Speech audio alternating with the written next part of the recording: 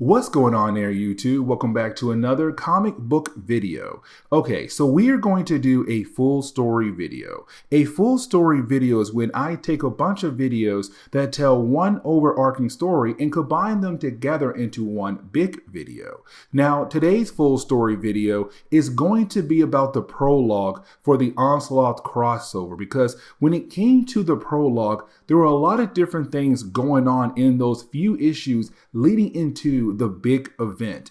And I kind of felt like it'll be a good idea for you guys to see what the X-Men were doing when it came to them getting ready for this massive crossover that changed the Marvel universe for a good while. And so with that being said, guys, here is the prologue for X-Men Onslaught. I do hope you enjoy.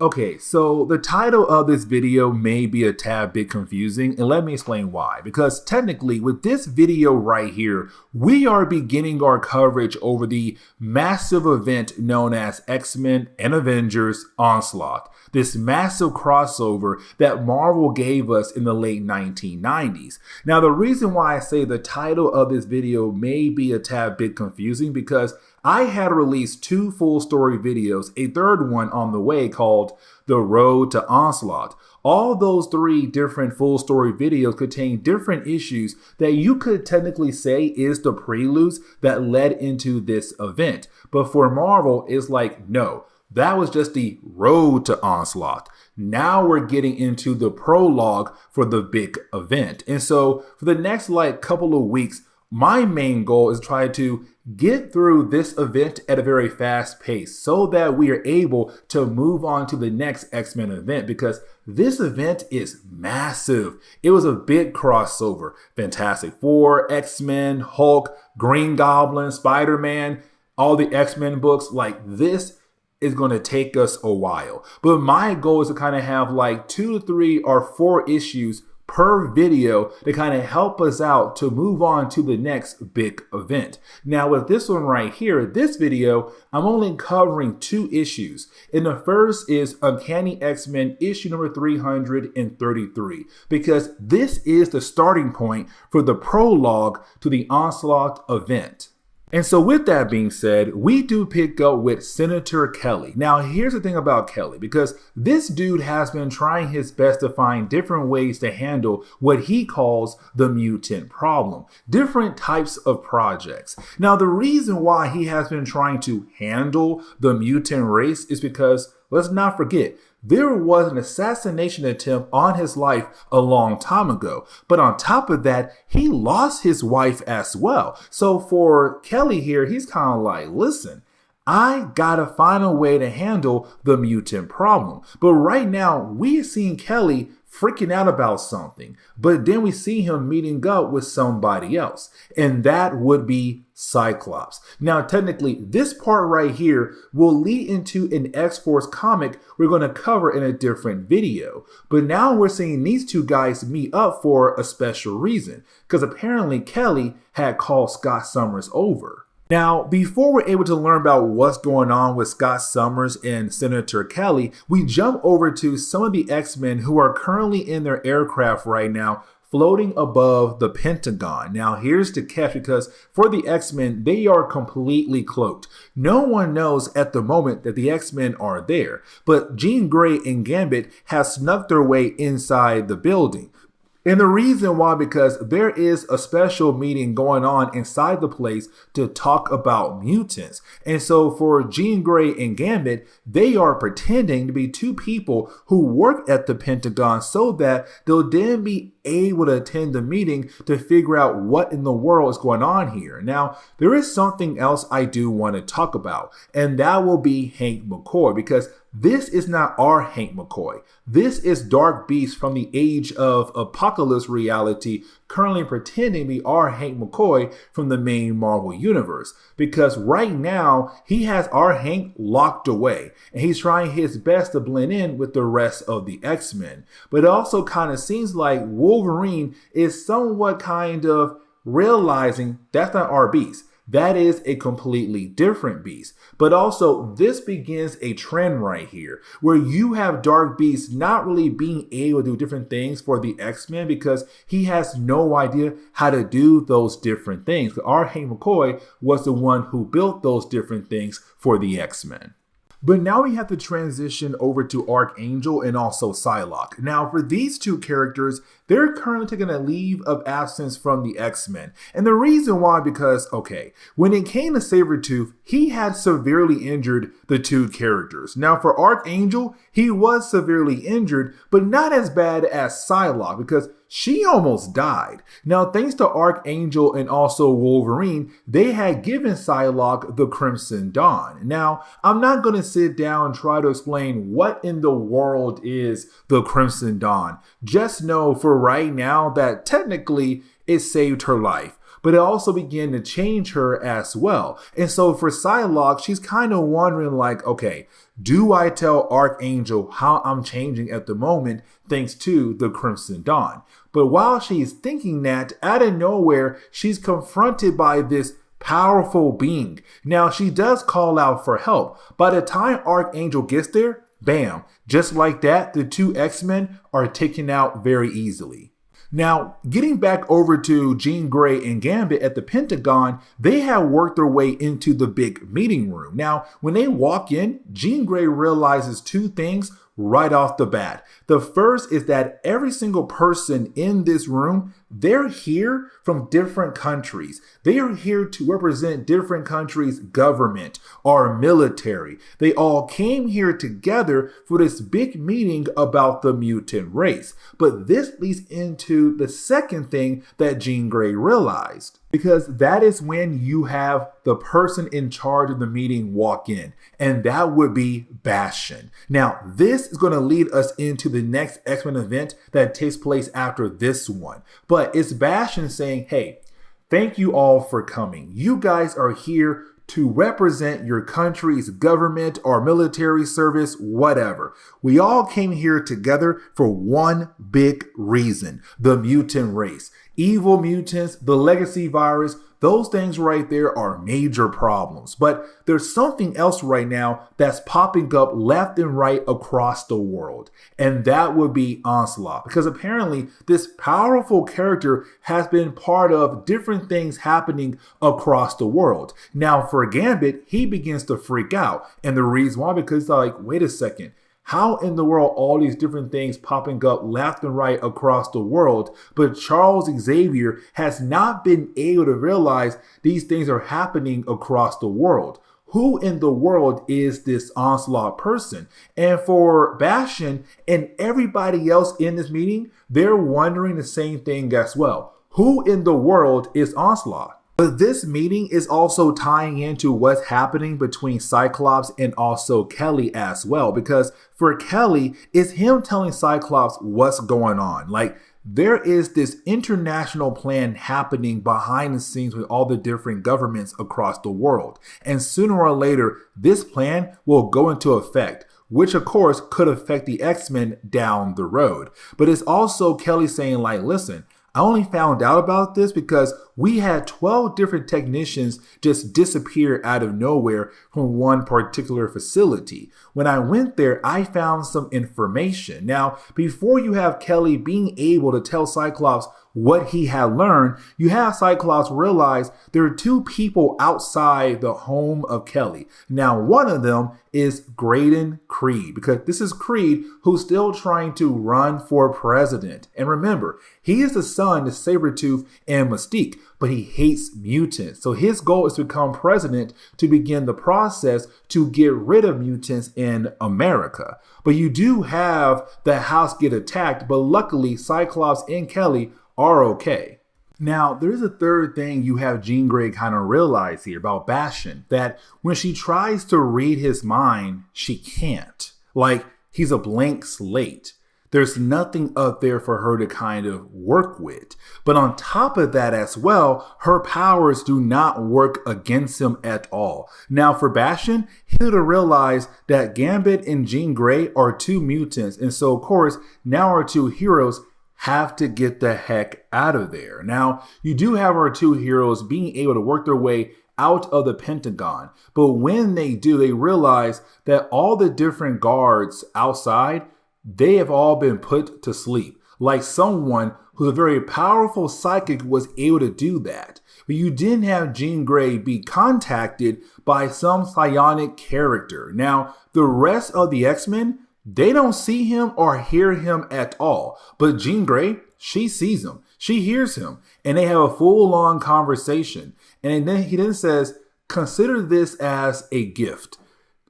Now, to close on the first chapter, we go back over to Archangel and Psylocke. Now, for these two characters, they're waking up as being taken out earlier by our mysterious character. But once they do wake up, they realize that mysterious character is still there. Now, here is the catch, because this chapter alone leads into two other issues we're going to cover later on in our coverage for this event. But now we have to jump over to Excalibur.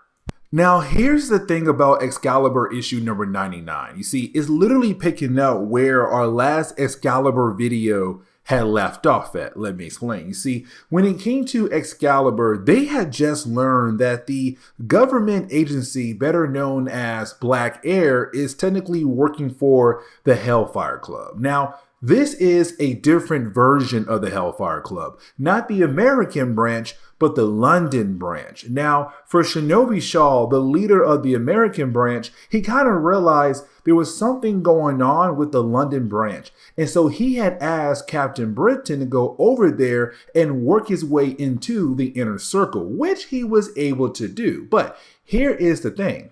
There was another character known as Alistair Stewart. Now, for this character right here, he was in the early days of Excalibur comics, but kind of like disappeared for a good period of time. But the reason why, because he was technically on the run. He was in America because Black Air wanted to kill him off, because he had learned that when he came to Hellfire Club, they had kind of bribed the people in charge of Great Britain to allow Black Air more power than they had originally, but also kind of made sure that Black Air is in the right position to kind of help them rule the country.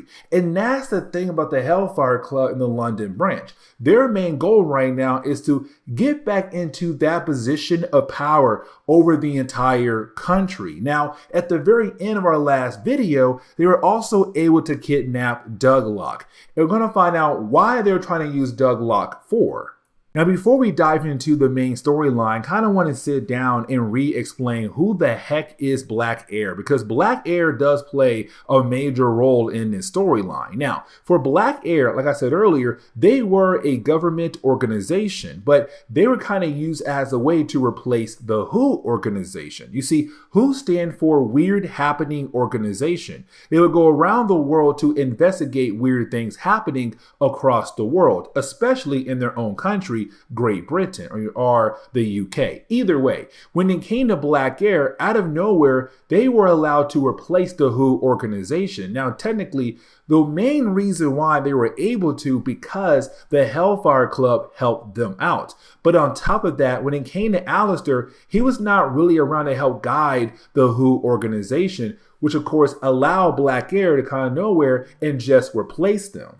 Now, this kind of leads us into the opening pages of today's storyline, where we do pick up with Pete Wisdom. Now, for Pete Wisdom, we're currently seeing him having a conversation with the members of Excalibur, explaining who Scratch is. Now, Scratch is a character who works for Black Air, but also works for the Hellfire Club as well. Now, for Pete Wisdom, he hates Scratch for a very good reason, because both guys used to work for Black Air, and they used to go out of their way to collect different artifacts for Black Air. But when it came to Scratch, he was sent on a mission to go get a certain artifact. The problem was that there were people nearby where the artifact had landed at. And so for Scratch, he felt like the right move was to go ahead and kill every single person off in that area who had possibly saw him, but also saw the artifact. And that right there ticked off Pete a lot. And the reason why, because innocent people were killed off for no good actual reason.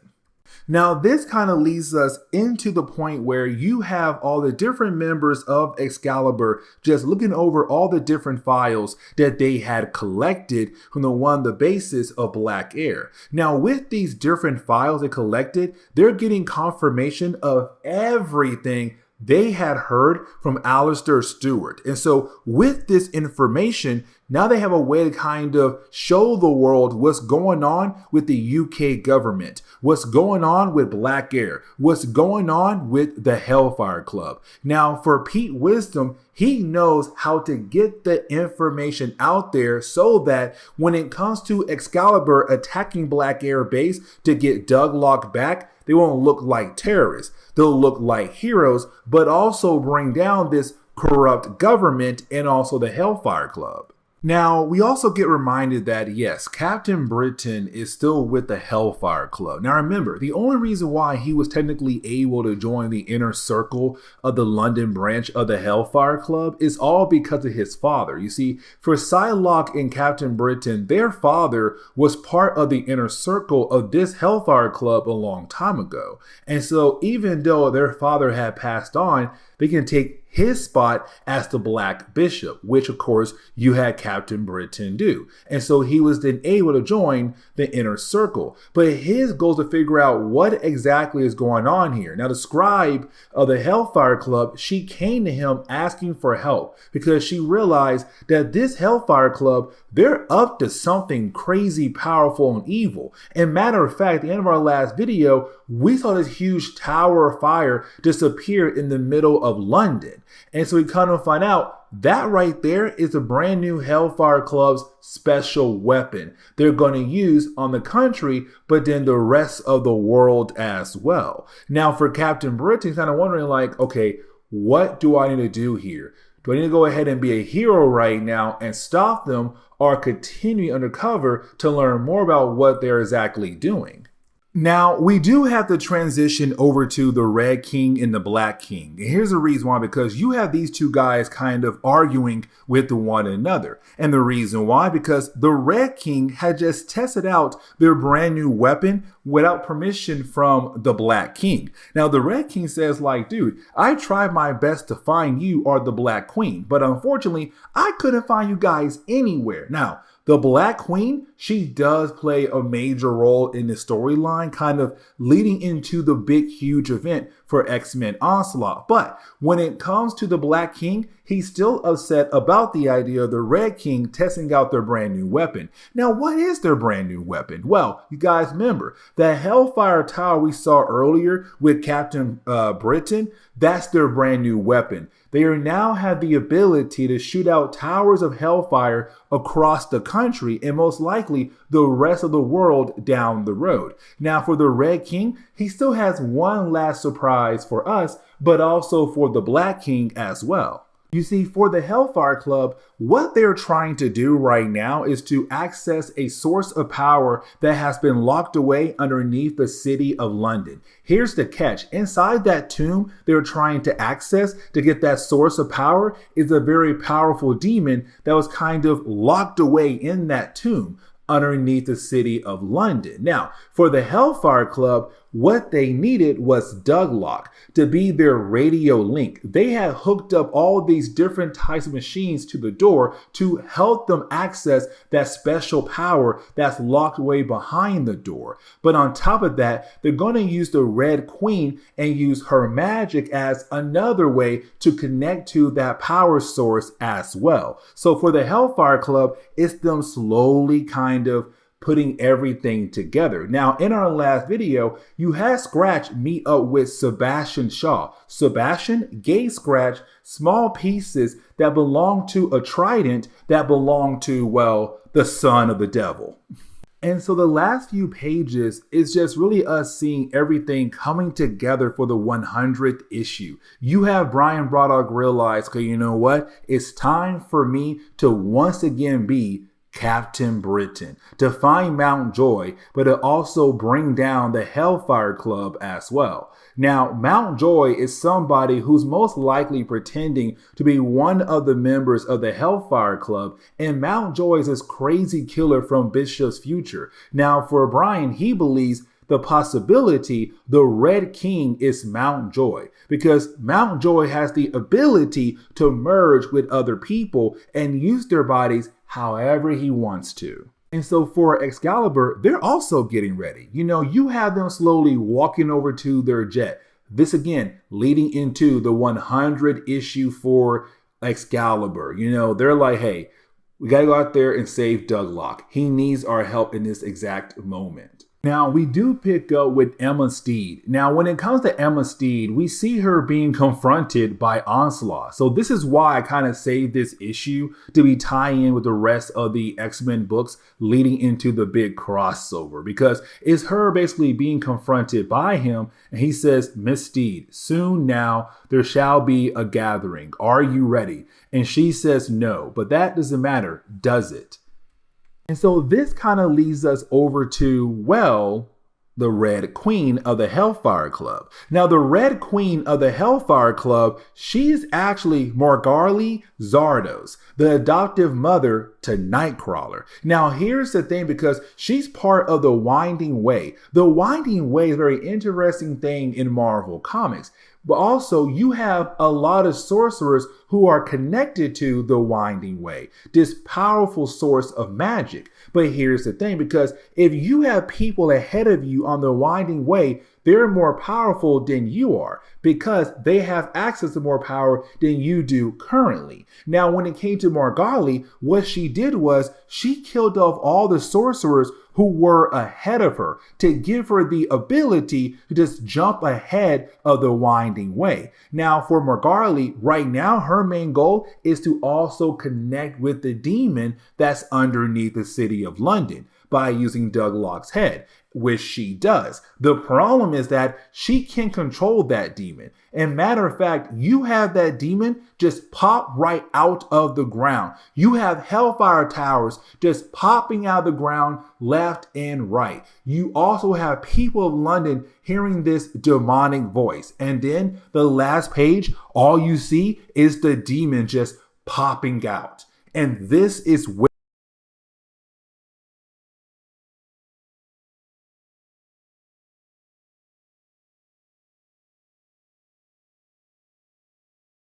okay, so I technically goofed when it came to our coverage over X-Force. I did one video of X-Force and then skipped 3 issues, and we went straight into the Onslaught crossover. And here's the thing, because issue number 54 is really important for the last video of X-Force we did before covering Onslaught. And then the 2 issues after that one is technically part of the prologue that leads into the Onslaught event. So I don't know why I just completely forgotten about these 3 issues. So the first chapter of this video is going to be more of us just wrapping up a previous storyline, and the next 2 chapters are really more about the whole idea of Onslaught coming, but also setting things up for X-Force down the road. And to kind of get you guys caught up when it comes to the whole idea of what happened in the last video before this storyline right here, is that you had Sunspot and also Caliban head over to the home of Gideon. Now, when they arrived, they saw that somebody had killed off Gideon, basically absorbing his life energy. You didn't have other members of the Externals appear. Now, remember, the Externals are a group of mutants that have the ability of immortality. And so when it came to Sunspot, he was very surprised to find out that Gideon was officially dead. Now, we had learned at the very end of that video that basically it was Selene. Now, this chapter right here, it kind of goes back and forth between the present and the past. And because right now, we're picking up a Sunspot being interrogated by, well, some cops, because they want answers. They want to know what exactly went down when it came to X-Force fighting against the Externals. So you have Sunspot explaining hey, listen, X-Force is basically innocent. We didn't kill Gideon. We didn't kill anybody else. The only person who should be labeled as a murderer should be Celine. And matter of fact, we jump back in the past and we see that it was her. She did kill off Gideon, but she also killed off some other members of the externals as well. And so you had X-Force trying their best to officially stop her. Now, back in the present day, we also see that Charlotte Jones is there. Now, Charlotte Jones is one of those small-time characters in X-Men comics, but she had dated Archangel for a short period of time. And so once again, it's her unfortunately being roped into more mutant stuff, more X-Force, X-Men stuff. But it's kind of like, does she and her officers believe the whole story that it was Celine, not X-Force, who had killed off Gideon? And so with each member of X-Force being interrogated, we're kind of learning more about like what exactly happened when it came to that battle. So for example, when it comes to, oh my God, I forgot her name there, Siren. When it comes to Siren, she's the next one to be interrogated. Now for Siren, it's her saying like, listen, after you had Celine kill off another member of the externals, you had Siren go look for Warpath. Now, when it came to Warpath, unfortunately, he was taken away by somebody else, not Celine. And so right now for Siren, she's kind of worried about him. Now, technically, this is her beginning to express the whole idea that she does have feelings for him and wants to be with him.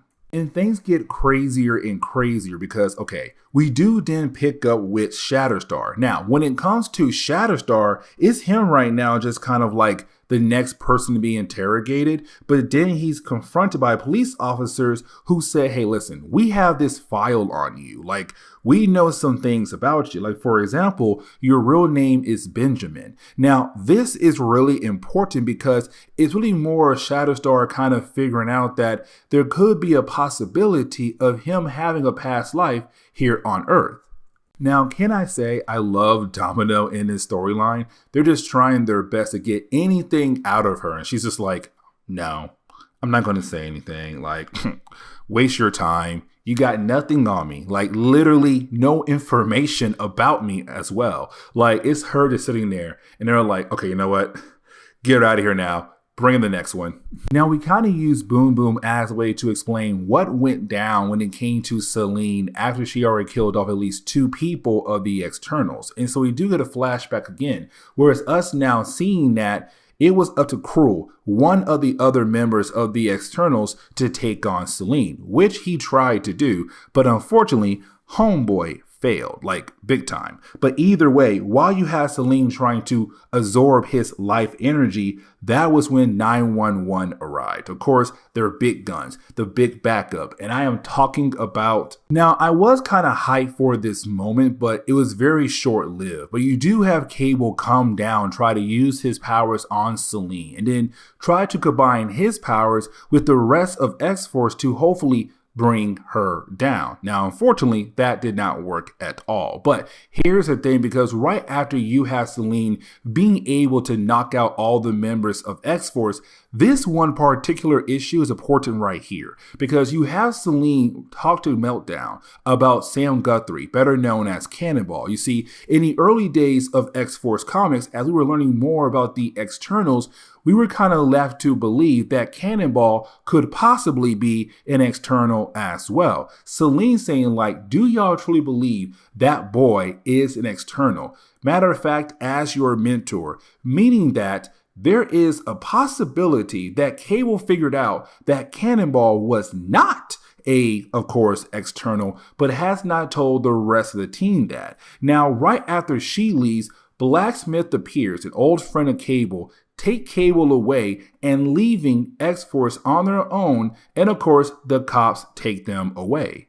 And so that kind of leads us back over to the present day, where we do see that for Detective Jones, she was able to help out X-Force to help clear their name. And so with them now being clear and being able to go home, now she's also able to go home. The problem is that while she is trying to go home, that is when she's then confronted by somebody in the shadows who's very upset about the fact that she had those mutants locked up, but unfortunately they were able to leave.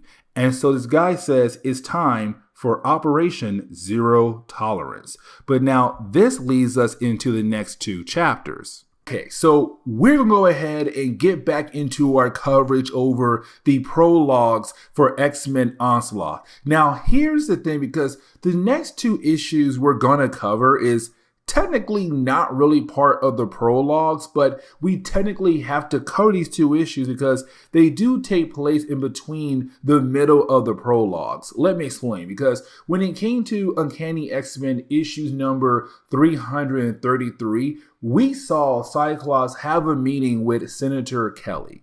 And that was Senator Kelly trying to have a conversation with Cyclops about what's happening with the government, but also other governments across the world when it comes to targeting the mutant race. The problem was that while you have the two characters trying to have that conversation, well, unfortunately, you had basically Cyclops and Kelly get attacked by somebody. Now, technically, we already know who it was. That was Graydon Creed, the son of Sabretooth and also Mystique, who's currently running for president, but he wanted to make sure that Kelly did not tell Cyclops anything they have planned for the mutant race down the road. Now, that storyline kind of ended at that note right there with Cyclops and Senator Kelly getting attacked by Graydon Creed.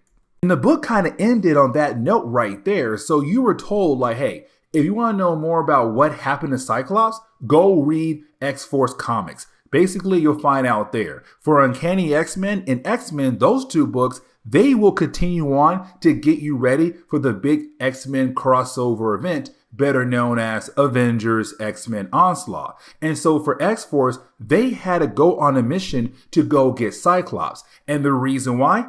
He was arrested. And matter of fact, he's being held by S.H.I.E.L.D. and S.H.I.E.L.D.'s helicarrier. And so this is X-Force just trying their best to break into the place to hopefully save Cyclops. Now, around this time in Marvel Comics, when it came to S.H.I.E.L.D., it was currently being led by a character known as Dum-Dum Dugan. Now, for Dum-Dum, he's kind of upset right now because, like, hey, his helicarrier is being attacked. Now, technically, he does not know who's doing the attack, but kind of gets the idea of why they're being attacked, because they're currently holding on to Cyclops. Now, because X-Force are technically mutants, and so is their prisoner, Dum-Dum is not in charge of this situation. Somebody else is. And this mysterious person's kind of like, hey, listen, these are mutants, so is our prisoner. So technically, this whole entire situation is under my control. So step to the side real quick and let me handle this. Now, this issue could have been used as a way to just give us straight action for like 21 pages, but technically you had this book kind of being used as a way to give us an update on the different characters in this book. Like, for example, the first team to go inside is Caliban and also Cable. Now, for Caliban, he has the ability to detect other mutants, and so for Caliban, that power right now is being used to hopefully find Cyclops. Now, for Cable, he kind of realized that Caliban seems a tad bit off. Now, for Cable, he believes the reason why Caliban's a tad bit off is because, well, Caliban got severely injured in an earlier storyline. But it's Caliban saying, no, right now I'm using my powers on you, and I can tell there's something wrong with you. And so if you saw our last Cable video, which technically was a prologue leading into this event, you would know that, hey, the techno-organic virus is rapidly changing in the body of Cable.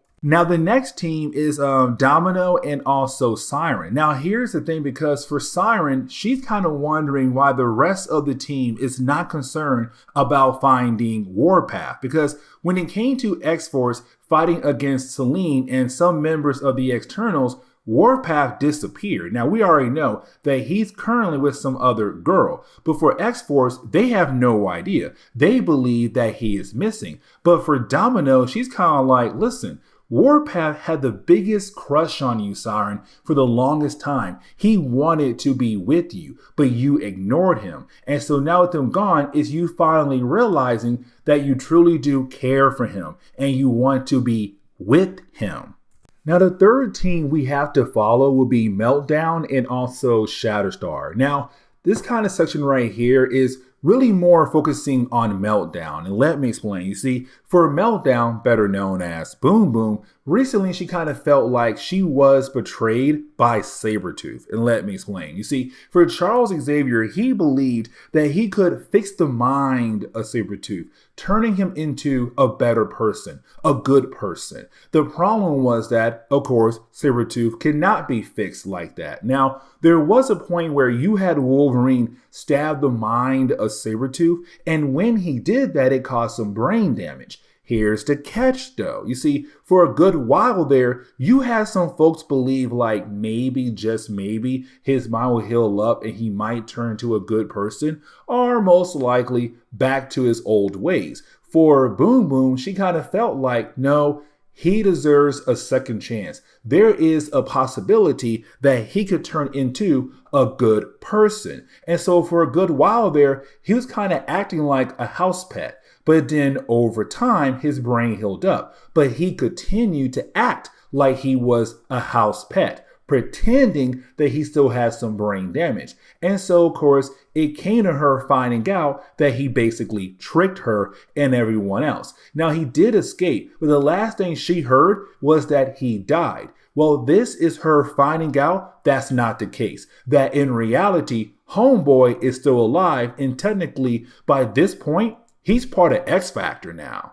And so she does get very upset.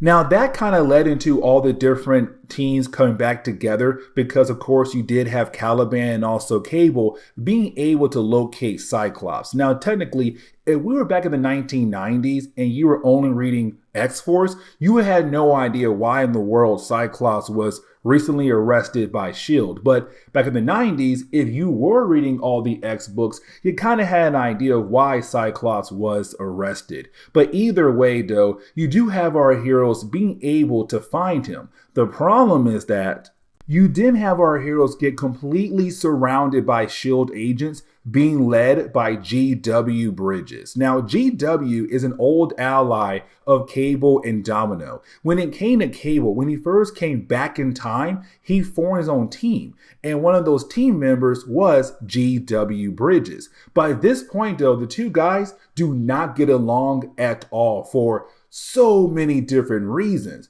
And so for a good while in our coverage over the X-Men for GW, the man has been trying to get a hold of Cable, to capture Cable. And so for him personally, he kind of feels like this is his chance to finally get a hold of Cable and the rest of X-Force. Now, guys, listen, it's Cable. You do have the guy being able to get him, X-Force, and Cyclops the heck out of there. Now, the very last page for issue number 55 is really more of us kind of getting that update about what happened to Warpath. Because for Warpath, when it came to the end of that battle between X-Force and also Externals, including Selene as well, he disappeared. And so when we jump over to Warpath, we see him with another woman. And this character is known as Risque. And so now I kind of have to wonder who she is and why in the world he's stuck with her and not calling his team up. Now, as we dive into X-Force issue number 56, we're really picking out with really well Shatterstar and also Siren. Now, here's the thing, because for the rest of the team of X-Force, they kind of had their own plans for the night. And so you have these two kind of playing their own game of tag, which honestly is pretty interesting because they're currently playing tag at this old abandoned church. Now, why you have the two characters playing tag when you do have Shatterstar being able to get a hold of Siren, when he does plunge his sword on the ground right next to Siren, she sees Deadpool's reflection and it's him calling out for help, saying, "Help me." Now, with her seeing Deadpool's reflection in the sword, is her now beginning to remember what happened to her in an earlier storyline. Now, before I re-explain what exactly happened to Siren in an earlier storyline, we kind of switch over to, well, Warpath and his brand new girlfriend, Risque, where you do have the two characters right now technically on the run from the police. Like, the police is trying their best to chase the two down, but thanks to Risque and Warpath, they are able to get away from the cops. Now, here's the thing, because with the two being able to get away, is also Warpath kind of cutting loose. And that right there is really big for his character, because for a good while there, he was always really serious and worrying about other people. But now it's kind of him just cutting loose and doing his own thing. It's kind of like Risque is pulling out a brand new side of him. Now, as we switch back over to Shatterstar and also Siren, you have the two characters heading over to the Wiseman Institute. Now, there was a storyline that we had covered a good while ago where when it came to Siren, she was sent on a mission by Cable and also Charles Xavier to check in on Dr. Wiseman, somebody who works very close to Charles Xavier. The problem was that when it came to Siren, when she had arrived there, unfortunately, she was taken in as somebody who was mentally ill, but in reality she was okay. We kind of find out that there was some boy there who had the ability to control other people's minds, to play mind games with people's mind. And so for Deadpool, he also went in there to save Siren, but unfortunately he also got captured as well. Now Siren was let go, but now it's her remembering what happened when it came to her being at this place. Now for Shatterstar, he also had these flashbacks of this place as well, but for him it's kind of like, wait, why in the world do I remember this place? I was never here before. This is weird. Now for Siren, she also can't call Charles Xavier nor Cable because those two guys sent her on that mission, and she's kind of like, listen, I want to make sure everything is okay before we call in the rest of the team, including the X-Men. Now, you do have the two try to go in together, but you didn't have Shatterstar go his own way because he wants to know why in the world he remembers this place. The problem is that as he's walking around, he is then confronted by this young boy, Dr. Wiseman, and also Deadpool. Now, for a brief moment, we also see Siren just walking through the place because her goal is to find Deadpool. Her and Deadpool have built that bond over time with one another. She feels really bad that she kind of, not technically, but she did, leave him behind in this crazy place. The problem is that you have Deadpool just keep calling out to her, but from different doors. And so it's her right now having her mind be played with by, of course, this small little boy once again. Now, we kind of had to switch back over to Risque and Warpath, and when we do, it's the two characters right now just, making out, having some good time with one another. But then they hear somebody calling out for help. Now, this is a young boy being attacked by some members of the Friends of Humanity. Now, remember, the FOH group, they go after mutants, and they believe this young boy must be a mutant. And the reason why? Because the way his face looked. Now, in reality, his face is just severely injured by an earlier incident in his life. That's really it. But the problem is these three guys are just complete jerks. Now, you do have Warpath and Risque help out to protect the boy. The problem is that for Risque, she kind of wants to do more damage to these guys, but for Warpath, it's kind of like, listen, we don't go that far. We stop them, let them go, and let's go ahead and move on with our lives. Now, this kind of again shows that for Risque, she's not afraid to kind of go beyond certain limits. But for Warpath, he's still trying to hold back. He's not really allowing himself to cut loose like she did just right then and there. Now, this kind of leads us into a quick ending for this storyline because you do have Siren right now still kind of getting her mind played with by, of course, that young boy. But luckily for Siren, she was able to find Deadpool. Now, apparently for Deadpool, unfortunately, the dude had been tortured for a very long time by this one particular character, that young boy. And so for Siren, she feels truly bad about leaving him behind. Now here's the thing, because you do have Dr. Wiseman and also the boy appear right behind Siren. Now this is where we kind of find out the boy is not really in control at all. Matter of fact, it's somebody else. Somebody else known as Game Master. Now remember, Game Master was the leader of the Upstart organization. The whole idea of Upstart was kind of like using mutants to go after other mutants to play some kind of sick game. If you kill off somebody who is a mutant, you get a point.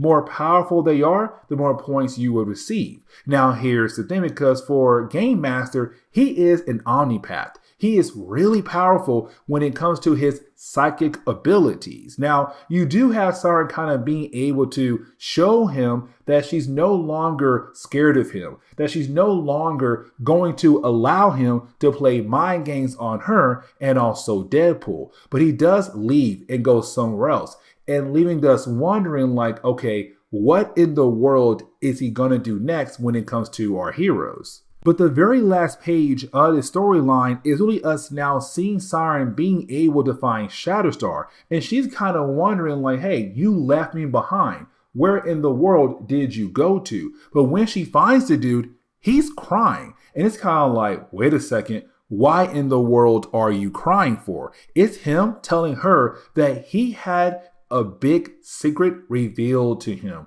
thanks to Game Master. And we're kind of left to wonder, what in the world did he technically show him? But this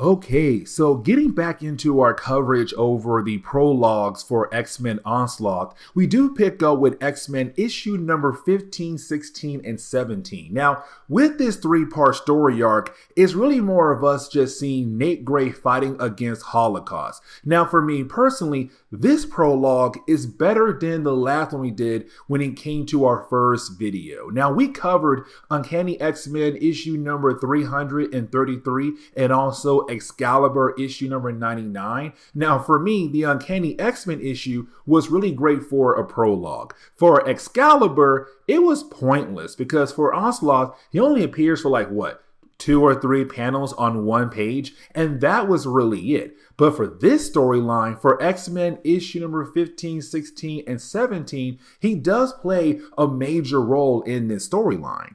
Now, before we're able to properly dive into this storyline, I kind of want to re-explain who this character is. And I do know, like, for some people out there, they don't really like the idea of me re-explaining everything, almost every video, but like, just in case we have anybody just getting into our coverage over the X-Men, especially for Nate Gray, I want to make sure they understand who this character is. Now, for Nate Gray, he is from a different reality, better known as Age of Apocalypse. Now, when it came to the end of that reality, you had 4 characters being able to escape and come over to the main Marvel universe. That will be Nate Gray, Sugarman, Dark Beast, and Holocaust. Now, for Sugarman and Dark Beast, those 2 characters, they had arrived in the main Marvel universe, but 20 years in the past. For Nate Gray and Holocaust, they arrived in the present day. Now, here's the thing, because for Nate Gray,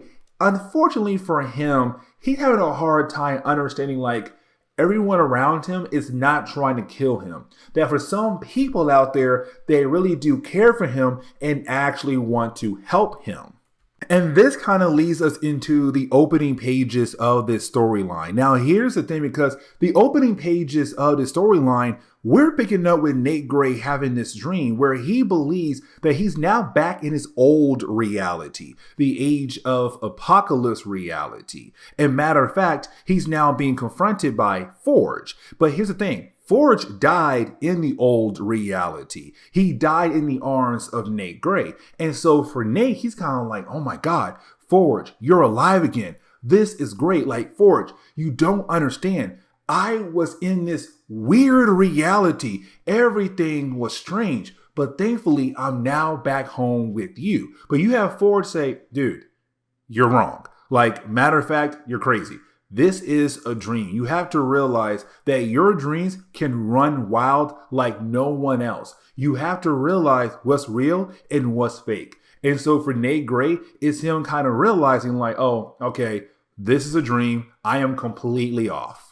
Now, for Nate Gray, when he does wake up, it's him now kind of being confronted by Madeline Pryor. Now, here's the thing, because Madeline Pryor reappeared in this series as a mystery as well, because why in the world she's alive again. We have not seen her since X-Men Inferno. The problem is that right after she had reappeared in this series, she was taken away by Selene. And for Selene, she has big plans for Madeline Pryor. Now, for Nate Gray, kind of realized this is also a dream as well. So once again, he has to wake up. But when he does wake up, now once you do have Nate Gray wake up, he's then confronted by Trinity. Now remember guys, Trinity has the ability to absorb the energy of somebody who is dying. Now here's the thing, because she had a hard time controlling that ability, because once she did absorb too much of that energy, she had to release it. And sometime when she did, it caused some severe damage in that area around her. Now, Sinister took her away and kind of helped her out.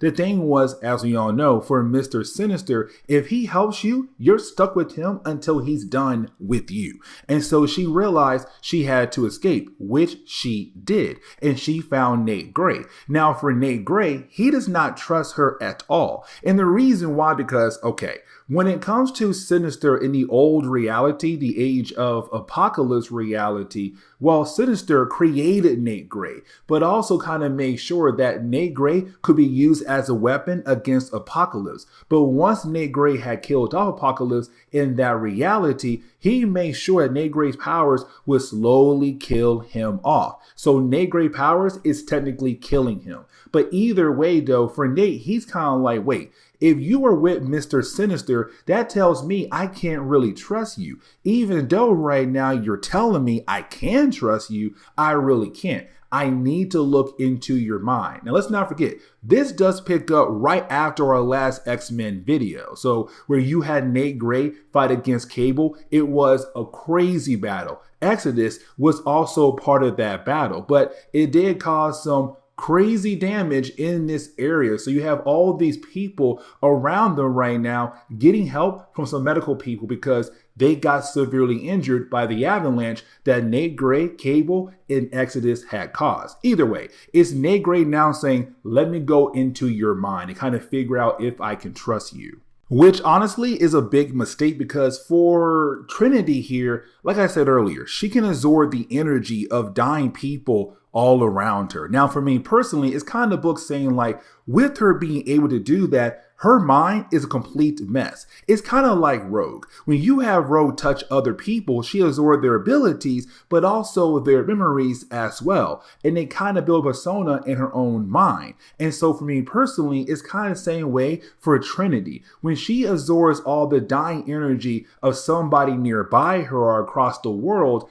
that dying energy is also kind of building up some kind of persona in her mind. But let's not forget, she was also with Mr. Sinister, so we have no idea what he did to her mind. And matter of fact, when it comes to Nate, when he goes into her mind, he sees Sinister just right in the middle. He also realized that Trinity is kind of buried deep in her own mind. Now, she does shut her mind off so that she will not pull Nate down into her madness that goes on in her mind. Now, for Nate, once he does exit her mind, he does kind of feel completely drained. But then he realized that there are these devices on her head. And he's kind of like, these devices are very interesting. I want to know more about them. Here's the problem though, because those devices are technically being used as a way to help her store that energy inside of her that she gains from people who are dying across the world. And so once you have Nate Gray kind of mess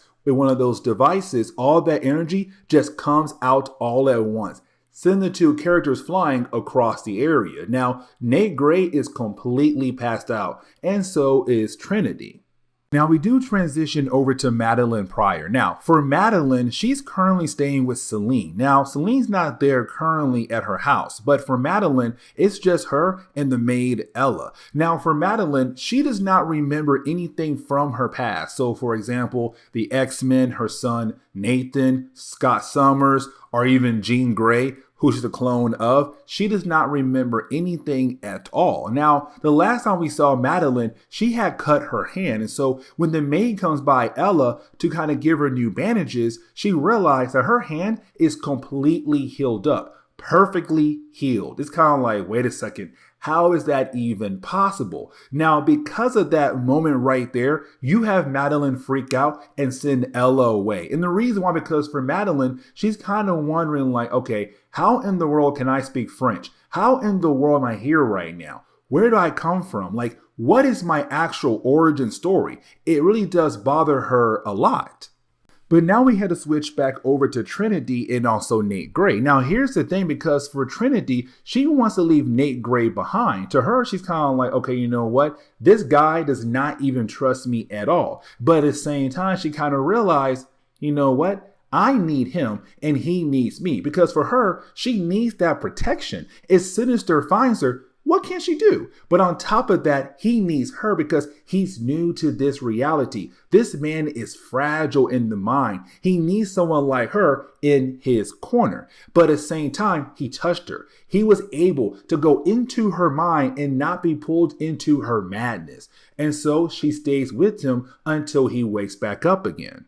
But now we can go ahead and switch over to, well, Holocaust. Now for Holocaust, he's just like Nate Gray. He's from the old reality, the age of apocalypse reality that's no longer around, supposedly. But anyways, for Holocaust, he is the bad guy, but also he is the son of Apocalypse from that reality. Now for Holocaust, in the last few storylines, this man has been working with Sebastian Shaw and also Lady Tessa. Here's the thing though, guys. You see, for Sebastian Shaw and Tessa, behind them is this shadow-like figure who just takes out Sebastian just like that. Now for Tessa, she's a psychic and she believes that she can take on this unknown enemy. Yeah, she is completely wrong. She gets completely wrecked in a matter of seconds. Now, after that, we kind of find out this mysterious person is no other than Onslaught. And it's Onslaught saying, hey,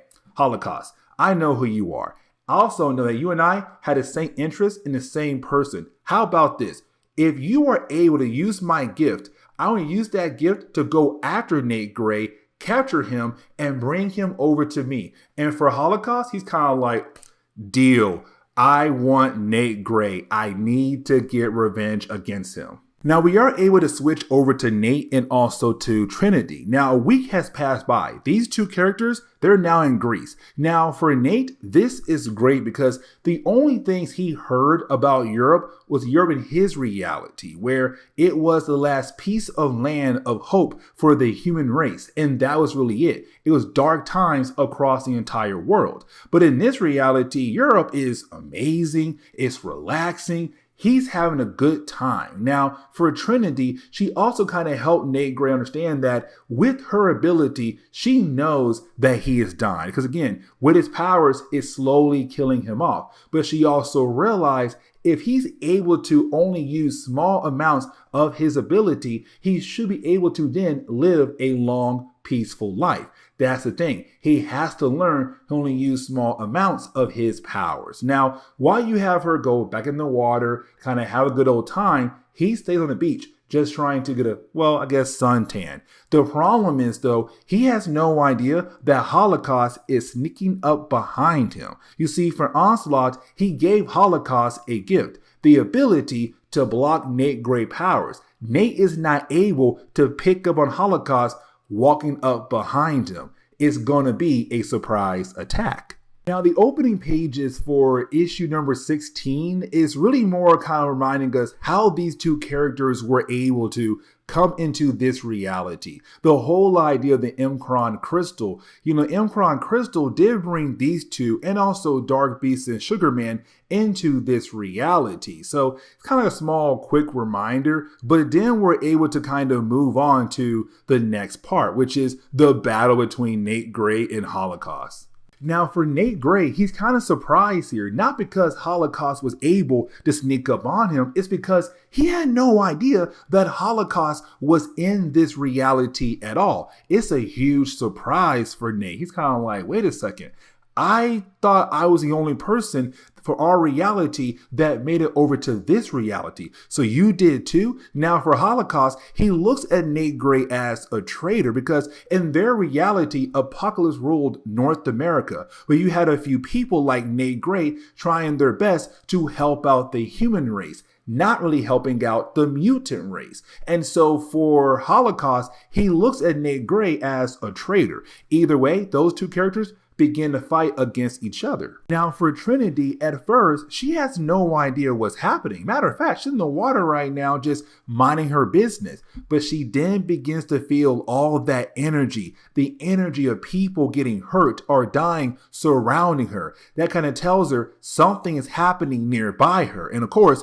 it's Holocaust versus Nate Gray. Now for Nate Gray, he is struggling right now because there are innocent people around him. He's trying his best to use his powers to protect him, but to also protect the innocent people around him as well. Now for Nate, he wants answers. He's kind of like, who in the world sent you after me? Now for Holocaust, he's not really trying to give up that answer to Nate Gray. His main goal right now is to defeat Nate Gray and take him over to Onslaught. But you have all these innocent people who are slowly dying off around Nate and also, of course, Trinity as well. Now we have to switch over to Madeline Pryor. And when we do, for Madeline, it's her kind of walking around the home of Selene. She kind of realized there are all these different doors are locked and she's not really able to go inside these doors. And so she needs answers. Now for Madeline, she does find one door, she breaks it down. When she does, she finds all these dead bodies. And all these dead bodies are people who have their life energy absorbed by Selene. Now, here's the thing, because Selene, in a recent storyline in X-Force comics, she had also absorbed the energy of some members of the Externals, mutants who are supposed to be, immortal. Either way, she's fully charged. And this kind of leads into the next thing Selene has planned for Madeline Pryor. Now, as the battle goes on between Nate Gray and also Holocaust, it's Holocaust telling Nate Gray two important things that kind of throws Nate Gray off. The first is that it's Holocaust saying, like, listen, I am no longer serving Apocalypse. I have now formed a new alliance with somebody else. This other person has told me that basically you are dying by your own powers. But on top of that, the person that sent me is no other than Onslaught himself. And then he sends Nate Gray flying straight into the ground. Now for Trinity, she's out there trying her best to help out other people who may need help. Like for example, this woman who was trapped underneath some rocks. Now once you do have Trinity being able to help her out, you then have the lady say, hey, I need you to help out my husband. Now for Trinity, she can feel the energy coming off this man. She realized that he is close to death. And matter of fact, when she touched him, she's all like, yeah, I can feel all that energy. This man is basically dying. Now, when we kind of switch over to Madeline for a brief moment, we do see that she's technically now on Selene's side completely. It's a huge quick change, but for Madeline, she's now going on a mission for Selene. She needs to head over to London to find somebody known as Rob Roy. Now, this is Selene finally being able to get revenge against somebody who did her wrong a long time ago. And so to close on this chapter right here, you have Nate Gray and Holocaust continue to battle against one another. Now for Holocaust, he believes that he should win this battle. And the reason why, because the last time these two characters battled, Holocaust could have won. The Mcron crystal kind of ended the battle for them. There's no Mcron crystal around this time to end the battle. So Holocaust might have a chance, but it's also Nate Gray trying his best to protect innocent people around him. Now for Trinity, she's right now realizing that her powers have slowly evolved. Really, when it comes to her ability, she can absorb the energy of people dying without even touching them. She can feel that energy without even touching them. It's all in her mind. But right now, when she touched that guy, she felt the pain of the man physically. She absorbed the energy physically. It's her powers slowly evolving. So when she goes to grab him again, she basically kills him off. just like that. But she also absorbed the energy he had left in his body, that dying energy, death energy. Now for Holocaust, he realized he can use her as a way to make Nate Gray surrender. And so you have Holocaust grab her and say, listen, Nate, if you do not surrender right now, I will kill her off. So go ahead and stop and allow me to take you over to Onslaught. Now, technically, as we get into the next and final chapter of the storyline, it's really more of us seeing Trinity finding a way to fight back against Holocaust. Because remember, she had absorbed the energy of that guy from earlier. And so all that energy right now is just in her body. And so while you have Holocaust waiting for Nate Gray to go ahead and surrender, he's kind of like, hey, Trinity, go ahead and use your powers now. Like, come on now. Help me out here. And you do finally have her realize, like, okay, you know what? Let me go ahead and use the power I have inside of me right now to kind of send Holocaust flying away. So just like that, he's gone for the time being. Now, with the battle being over, you now have Nate Gray go out of his way to inform Trinity who is Holocaust. Like, hey, that's Holocaust. He's from my reality. In my reality, he is actually the son of Apocalypse. Now, with all that being said, their main goal now is to help out the people who were injured because of the battle. Now, while you have Nate Gray begin the process of carrying everybody over to a nearby hospital, you have Nate Gray once again experience the idea that humans in this reality, they fear mutants. They hate mutants. Matter of fact, the lady whose husband died because of Trinity begins to blame Nate Gray. She has no idea that technically her husband died because of Trinity. Now, after Nate Gray leaves, you have Trinity stay behind, but then out of nowhere, she's then confronted by Holocaust. But now we have to switch over to Madeline Pryor. Now for Madeline, she went over to London. Now the guy she's looking for is a character known as Fitzroy. Now Fitzroy is a character we met a long time ago when it came to our coverage over the X-Men. Let me explain. You see, for Fitzroy, Trevor Fitzroy, he's from the same future as Bishop. Here's the thing, because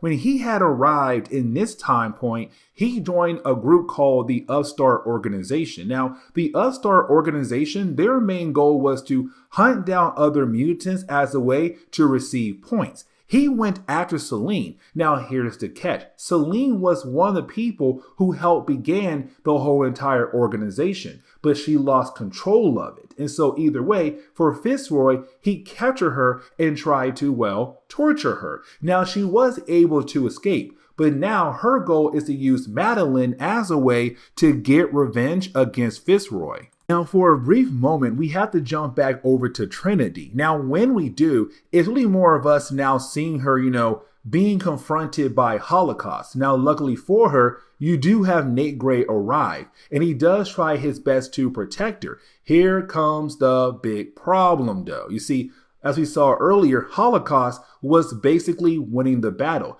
But as Nate Gray telling us now, he was holding back because, again, his power is killing him. But right now, he has no choice. He has to go ahead and just cut loose. And so for Trinity, she can feel that energy just coming off Nate Gray, basically saying like, you are slowly killing yourself here, Nate. Like, please, what are you doing right now?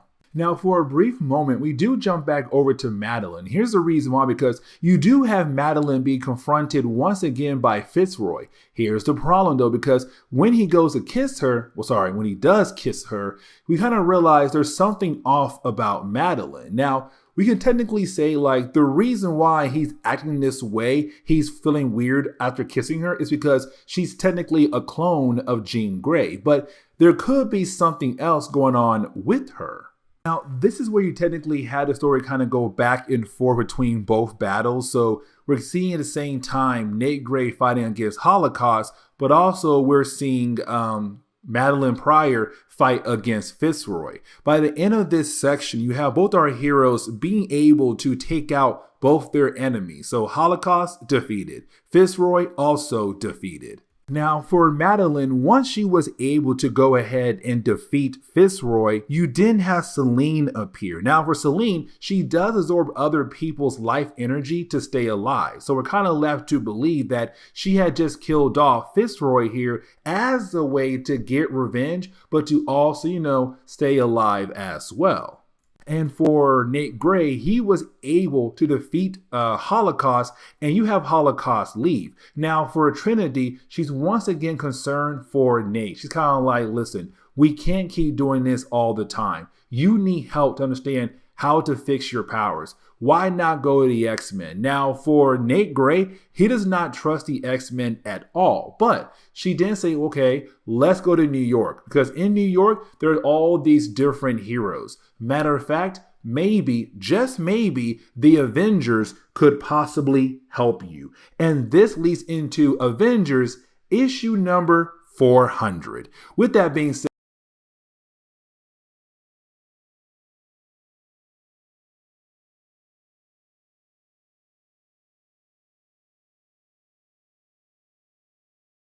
okay, so it's time for us to go ahead and get back into our coverage over X-Men Onslaught. Now, here's the thing, because we're going to cover Cable issues number 32 and issues number 33. Now, these two issues are really important for Cable, but also for the character of Onslaught as well. Now, the first reason why I say it's for Cable is because this picks up right after the big storyline took place in Wolverine comics. And let me explain. You see, over in Wolverine comics, we had this character known as Tyler Dayspring. Now, Tyler Dayspring is actually the son of Cable, who also came back in time alongside with Cable. Now, for Tyler, he went a tad bit mad, and that's all because of strife. But anyway, so when it came to Tyler Dayspring, what he did was he was trying to achieve the goal of becoming the new Apocalypse, trying to replace Apocalypse while he's quote unquote no longer around. Now, for Tyler, what he wanted was an horseman, and he believed Wolverine would be the good first horseman to join his side. The problem was Wolverine around that point in time in Marvel Comics no longer had the adamantium on his bones thanks to Magneto and Fatal Attractions. And so for Tyler, what he wanted to do was rebond adamantium onto the bones of Wolverine. Now, unfortunately, it pushed Wolverine to the point where he became completely savage. And so you had Wolverine say, I had no choice. The only way out of that situation was to kill off Tyler Dayspring. So by the end of their battle, Wolverine had killed off Tyler Dayspring. Now, I'm going to save the second reason why I say this storyline is very important for Onslaught for a later part in this video, because right now I kind of want to go ahead and get into the opening pages of this storyline, because we do pick up with Cable and Domino currently attacking Camp Hayden. Now, here's the thing. Camp Hayden is really important because the government was trying to build a brand new type of Sentinels, very close to Nimrod, basically. Now, here's the thing, because for X-Force, when they came back here last time, they found the entire place completely empty, but there was writing on the wall, and it said, Onslaught. Now, you had our heroes leave and inform Cable what they had saw, including fighting against Blob and the Mimic. Now, that being said, for Cable and Domino, they went back there to get more answers. Now, the entire time you have our two heroes on this mission, it's Domino wanting to see if Cable is truly okay. Does Cable have a heart? Because Cable is not really trying to talk about the fact that he just lost his son, Tyler Dayspring, to Wolverine. It's Domino saying, like, we need to talk about that situation. Now, here's the thing, because for our heroes, they don't realize that currently they're being watched by a character known as Post. Now, here's the thing, because Post has appeared a few times in our coverage over the X-Men, but every single time he does pop up, we do learn a few things about him. Like, for example, he is apparently the herald to Onslaught, but on top of that, he has some kind of connection to Cable. But right now you have Post observing Domino and Cable as they work their way through this base, trying to see where Cable is technically at this point in time in Marvel's timeline. Now, I kind of want to go back over to Cable and Domino. Here's the reason why, because for these two characters, Domino also want to talk about the idea that what Tyler did to the character known as Grizzly. Now, Grizzly is a mutant, or was a mutant because he was dead at this point. But for Grizzly, he was part of Cable's old team when he first arrived back at this point in time.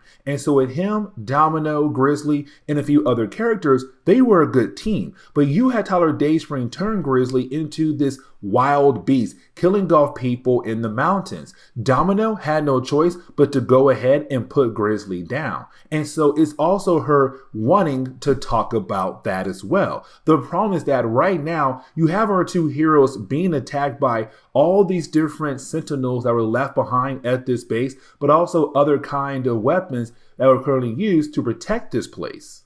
Now for Post, as he continues to observe Cable, he kind of realized there's something different about Cable, like he is changing. Now, this storyline does pick up where our last Cable video left off at, where basically you had Cable fighting against Nate Gray. Now, in that storyline, Cable had no choice but to use most of his powers as a way to fight against Nate Gray, but to also save the mind of Nate Gray. Now, here's the thing, because for Cable, he has to use most of his ability as a way to keep the techno-organic virus at bay in his body. If he doesn't, that virus will sooner or later kill him off. But we're now kind of left to believe that when it came to Cable fighting against Nate Gray, using most of his powers in that battle, then most likely the techno-organic virus was able to kind of find a new way to attack the body of Cable. So it's slowly evolving, getting stronger in the body of Cable. And of course, it's beginning to kind of change him or slow him down.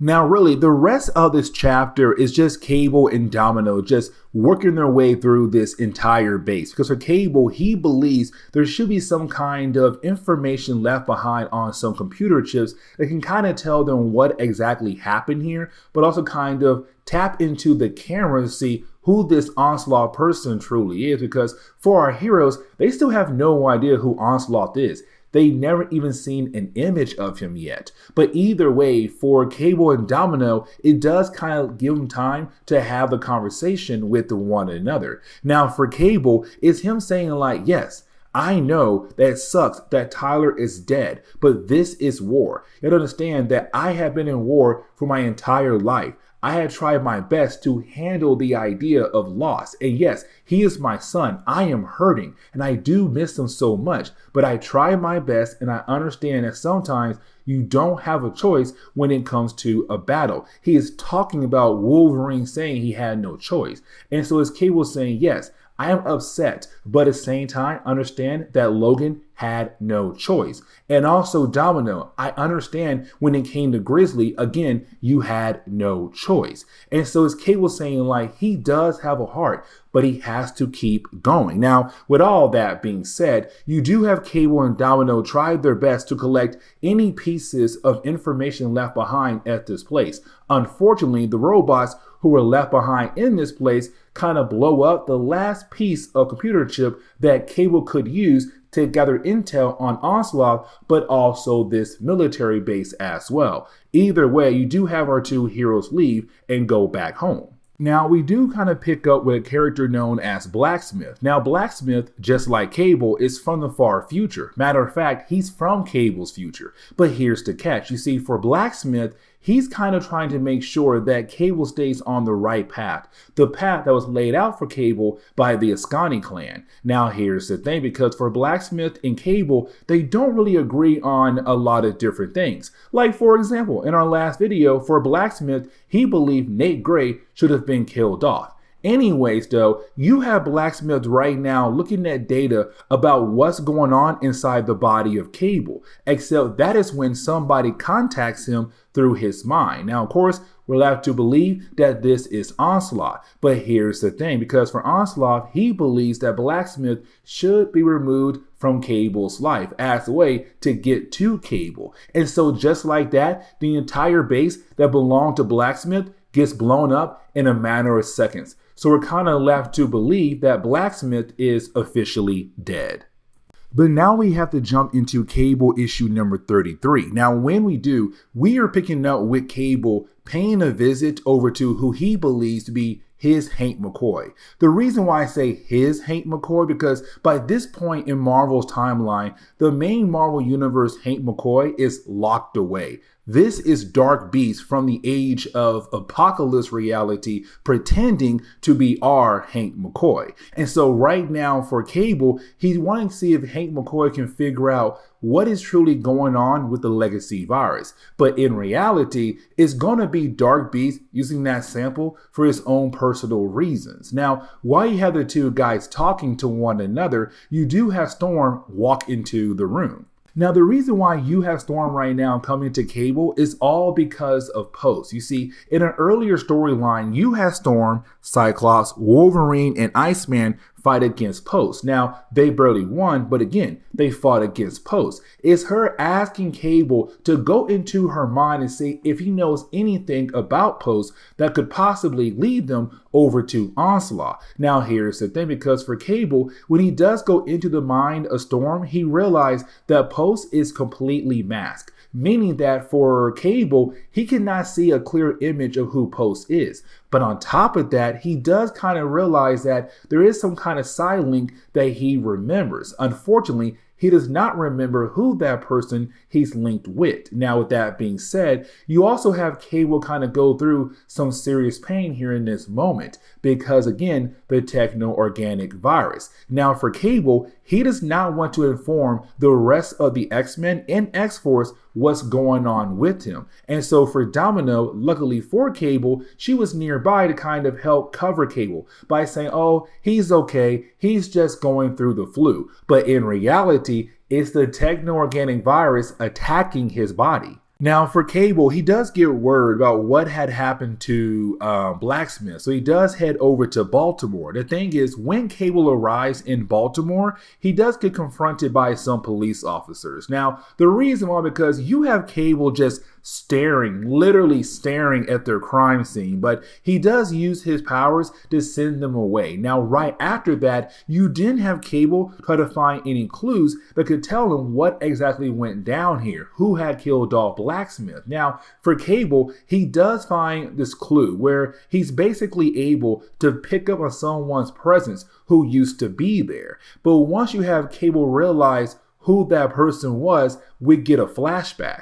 And this begins us finally learning the origin of Post. You see, when it came to Cable, when he first arrived back in the past, like I said earlier, he had his team of different characters by his side. There was one time where him and G.W. Bridges went on a mission to stop the Mandarin. You see, the Mandarin, he was trying to make a new kind of army of people by trying to use a mutant and take the X gene out of that mutant and most likely give that X gene over to other people to see how they truly evolve, but to also create a brand new army for him to use. Now, you had Cable and also GW appear to hopefully stop Mandarin. The thing was, Mandarin was technically not there at all. That lab was being run by some type of hologram. But for Cable, he realized the test subject is currently dying. That test subject is no other than Post. And so as we go back to the present day, we're picking up with Cable being ambushed by Post. Now here's the thing, because for Cable, Post should be dead. But it's also Post feeling bad about attacking Cable. So we're kind of left to wonder at first, like, okay,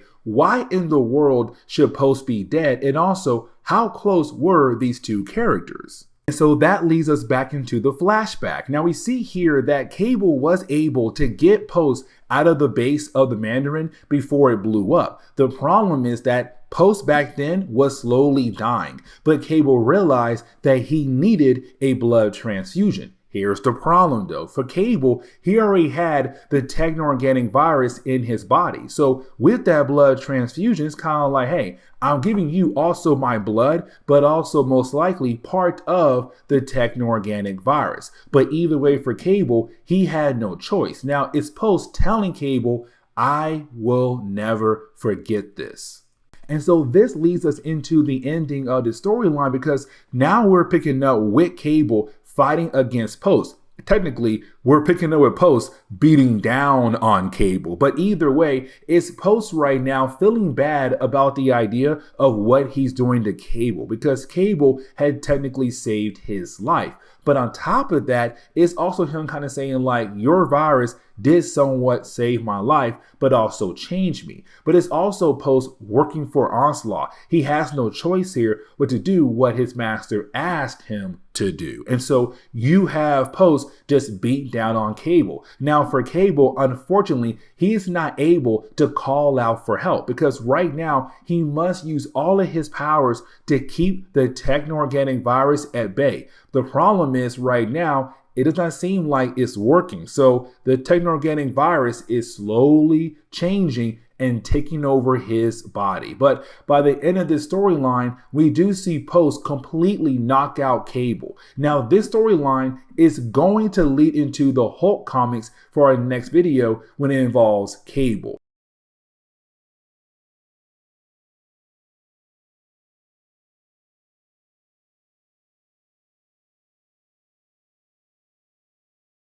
Man, oh man. Okay, so we are technically at that point where this is Jean Grey finding out a lot of big things about Charles Xavier, but also kind of like this is the starting point for me personally when it came to Marvel kind of changing the whole idea of who is Charles Xavier. And the reason why I'm saying that because, okay, when it came to Charles Xavier in the early days of Marvel Comics, he was always kind of painted as this great man, this father figure for a lot of characters in Marvel Comics. For me personally, this was the starting point where you have Marvel say, actually, for Charles Xavier, the dude is holding a lot of dark secrets. Those dark secrets will slowly come out over the next few years in Marvel Comics. And really, those dark secrets are truly messed up when it comes to Jean Grey and Cyclops and a few other characters down the road.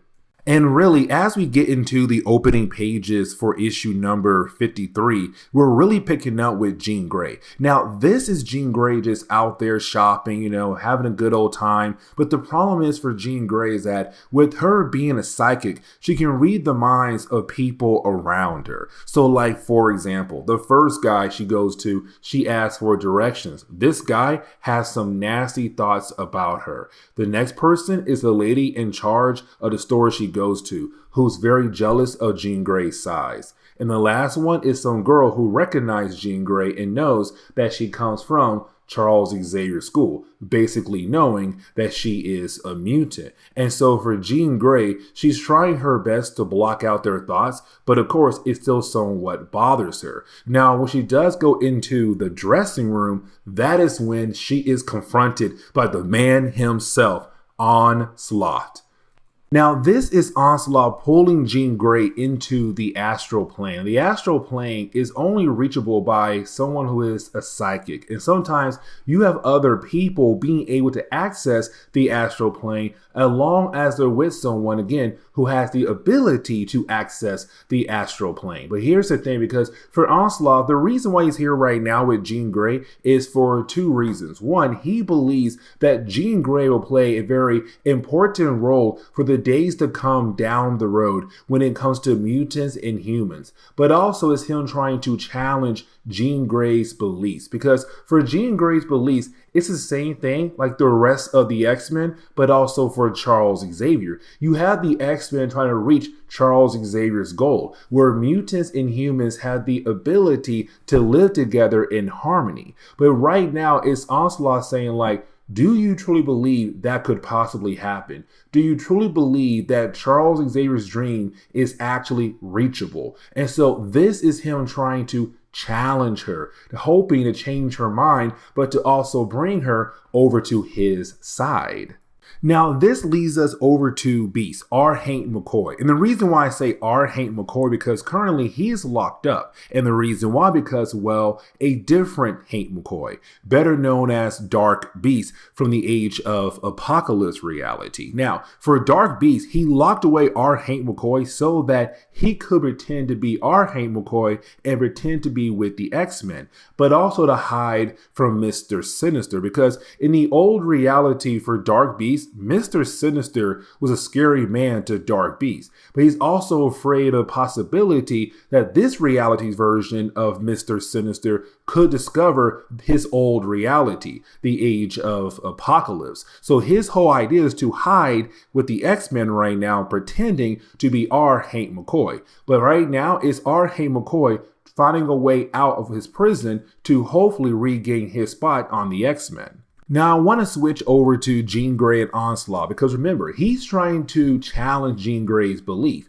And the way he's doing that right now is showing her Graydon Creed. Now, for Graydon Creed, we already know he is the son to Mystique and also Sabretooth. But on top of that, he's also right now trying to run for president on the whole campaign built on the idea of hatred towards the mutant race because there's people across the world who do hate mutants. Now for Jean Grey, she's kind of like, okay, so whatever, because like, yes, I know there are folks out there who hate us, but at the same time, we still have the possibility to change their minds or at least try to ignore them and continue on with our lives. Like their hatred is technically a normal thing, but it's also Onslaught trying to show her like, yes, you do have people out there who love mutants, people out there who hate mutants. You also have people who just want to use mutants in a bad way to reach their own personal goal. And matter of fact, you have Onslaught show that Graydon Creed's assistant is right now just trying to show how great he is as a campaign manager. And so it's Onslaught saying like, there's folks out there who don't even truly hate mutants, but at the same time, they'll still go out of their way to use mutants to reach their own personal goals. But now we have to transition over to Psylocke and also Archangel. Now, in an earlier video, you had these two characters get attacked by some shadow figure. Now, unfortunately, we were not told who that figure was. Now, here's the thing, because for Archangel, he tried his best to move Psylocke far away from that shadow figure. And matter of fact, there's more of them. But the problem is, they just keep following our heroes. Now, for Archangel and Psylocke, they're now seeing the shadow figures coming together. And when they do, bam, you have the Juggernaut appear out of the shadows. Now, this is a man who's truly scared. This is a man who's asking for help. He's kind of like, listen, I got to tell you guys right now, I know something very important. This is very, very important. But the problem is, he can't tell them. It's kind of like something is going on in his mind that's blocking him from allowing him to tell this big secret. And so, of course, it makes him freak out and go on a small rampage. But he does realize there's one person who could basically help him, who could dive into his mind to pull out that secret. And that'll be his stepbrother. Of course, talking about Charles Xavier. Now, I kind of want to go ahead and transition back over to Jean Grey and Onslaught. Here's the reason why, because you do have the two characters go into the mind of Charles Xavier. Now, for Onslaught, it's really him trying to show like, okay, Jean Grey, you believe that this man right here is a saint, that this man right here is a great father figure, like he can do no wrong. Well, you know what? Let me go ahead and show you this dark secret of his. Now, this was a huge turning point when it came to fans of X-Men comics, especially for Charles Xavier. And the reason why, because again, for Jean Grey, she looks at Charles as a father figure. But you then basically had Onslaught show this moment where it was Charles Xavier hiding the fact that he didn't look at Jean Grey as a daughter. He looked at Jean Grey as somebody he wanted to be with. He loved her. And so for Jean Grey, that right there shatters the whole idea of her looking at him as a saint, looking at him as a father figure. And that is what Onslaught wanted to show Jean Grey in the mind of Charles Xavier. Now, this kind of leads us over to, well, what seems to be Magneto. And the reason why I say what it seems to be, because this storyline gets very big after when it comes to Onslaught. But here's the thing. When it comes to this character right now, we're kind of left to believe it's our Magneto. And when it comes to this guy, let's not forget, when it came to Fatal Attractions, you had Charles Xavier shut down the mind of Magneto. But then later on, we found Magneto just walking around the world trying his best to figure out who he is, where he came from. And so this storyline does continue on in X-Men Unlimited issue number 11. The problem is that that issue has not gone digital yet at all. And so unfortunately for me, I am unable to cover that book at the time being. And this kind of leads us into the ending for the first chapter, because you do have Jean Grey, really more Onslaught at first in this conversation, trying to bring Jean Grey over to his side, which of course for Jean Grey is a huge no. Now for Jean Grey, it's her believing that maybe, just maybe, she has a chance to battle against him, to at least stop the man, because right now she's full of rage. But it's him saying like, no, you can't stop me. I am a powerful God, an angry God. I'm going to tell you right now, you need to know my name. And so he sends her back into reality, except when she looks in the mirror, only she can see this. But when she looks into the mirror, branded on her forehead saying Onslaught, which means we're getting closer and closer to the big event. But now we have to transition over to Uncanny X-Men issue number 334. Now, when we do, we're picking up with the Juggernaut. Now, this is him just heading over to the school of Charles Xavier. Now, usually when it comes to the Juggernaut, he would just attack a place without any questions at all. Just go on a complete rampage. But this is a man going here kind of like, I need the help of my stepbrother. He's the only person who could basically help me figure out the dark secret about Onslaught that's currently in my head right now. But unfortunately, I cannot get it out of my head to figure out what is that dark secret. Now, for the Juggernaut, as he walks around the lake or the water nearby the mansion, he does find a camera. And of course, that camera is going to warn the X-Men that he's currently on their grounds. So sooner or later, he should meet up with a few members of the X-Men. And technically, he is right, because when we jump over to Bishop and Gambit, it's the two characters right now just trying to fix Cerebro. Now, let's not forget, for Bishop and Gambit, they're still trying to build some kind of bond with one another. And the reason why, because for Bishop, he does not trust Gambit at all. Because for Bishop, from his future, he knows that the X-Men were betrayed by somebody in their own group. But on top of that, the last surviving member is Gambit in his future. Now, while you do have the two guys talking to one another, that is when they are alerted that something is happening on the grounds. And of course, that would be Juggernaut.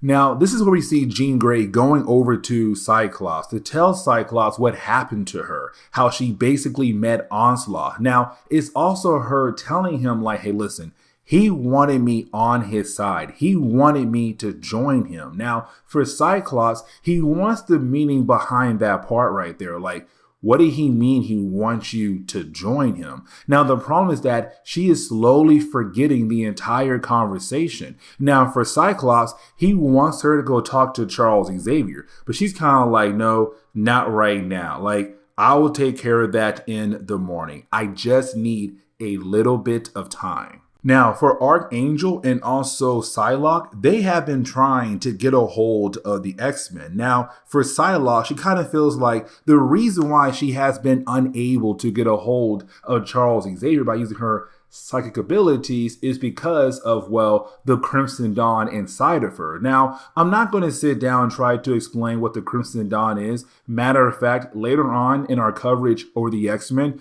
we're going to fully explore the whole idea of the Crimson Dawn. But it's Archangel saying like, hey, listen, I still have not been able to get a hold of the X-Men with technology either. So for our two characters right now, they're beginning to freak out. Now we jump over to Cannonball, and this is Cannonball going to Charles Xavier. Now for Cannonball, he kind of feels bad about what happened to Wolverine. As we all know, when it came to Wolverine series leading into the 100 issue, you had Tyler Daystring, the son of Cable, try to use Wolverine as one of his horsemen, because to Tyler, he was trying to become the next Apocalypse. Now, Cannonball was there, and he kind of feels like he is somewhat responsible for the idea that Wolverine has gone full savage, because when it came to Tyler Dayspring, he tried to bond adamantium onto the bones of Wolverine, because by this point, Magneto had ripped off the adamantium off the bones of Wolverine. Now, when it came to Wolverine, he had the ability to reject the adamantium process. The problem was that when he did that, he also got rid of the last piece of his humanity. So unfortunately, he went full savage. And so for Cannonball, he kind of feels like he has the ability to, actually helped out back then to hopefully save Wolverine from turning full savage. Now, this is Cannonball going over to Charles Xavier, kind of asking for some help, because for Cannonball, he wants to leave the X-Men, and he's hoping that Charles will give him some kind of pep talk. But the problem is Charles just talking down to this man, basically breaking him down, making it seem like he is a worthless character. And this is out of character for Charles Xavier, where of course you have Cannonball being somewhat concerned for Charles now.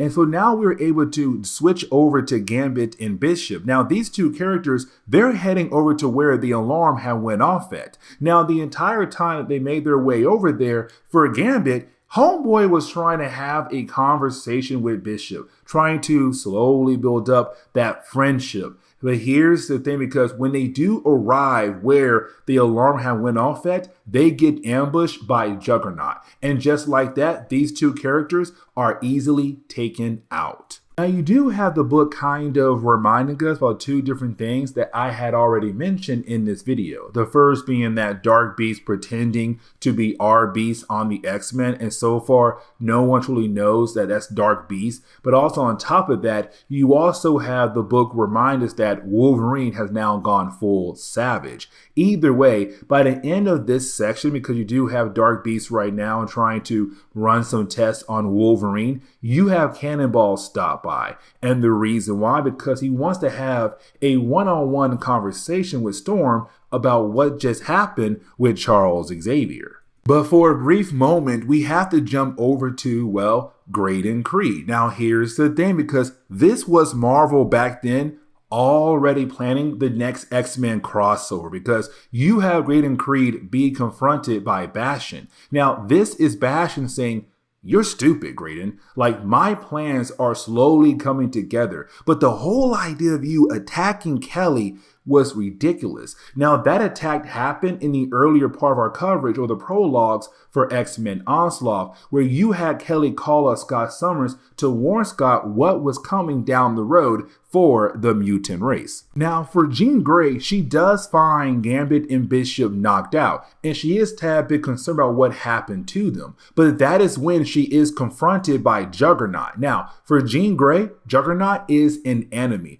but she kind of realized that he's not here to attack her. He's not here to attack anybody at all. He is here to get some help. Now, at first, she's kind of concerned about what he is planning, or why he's actually here. Like, yes, he did tell her, hey, I'm here to get some help. But for Jean Grey, this is the Juggernaut. They have fought many times over the years. But you have him go ahead and take off his helmet to show, like, listen, I'm going to trust you, and now you have to trust me. I'm allowing you to enter my mind, because that right there is the reason why I'm here, because I have a secret I can't pull out when it comes to Onslaught.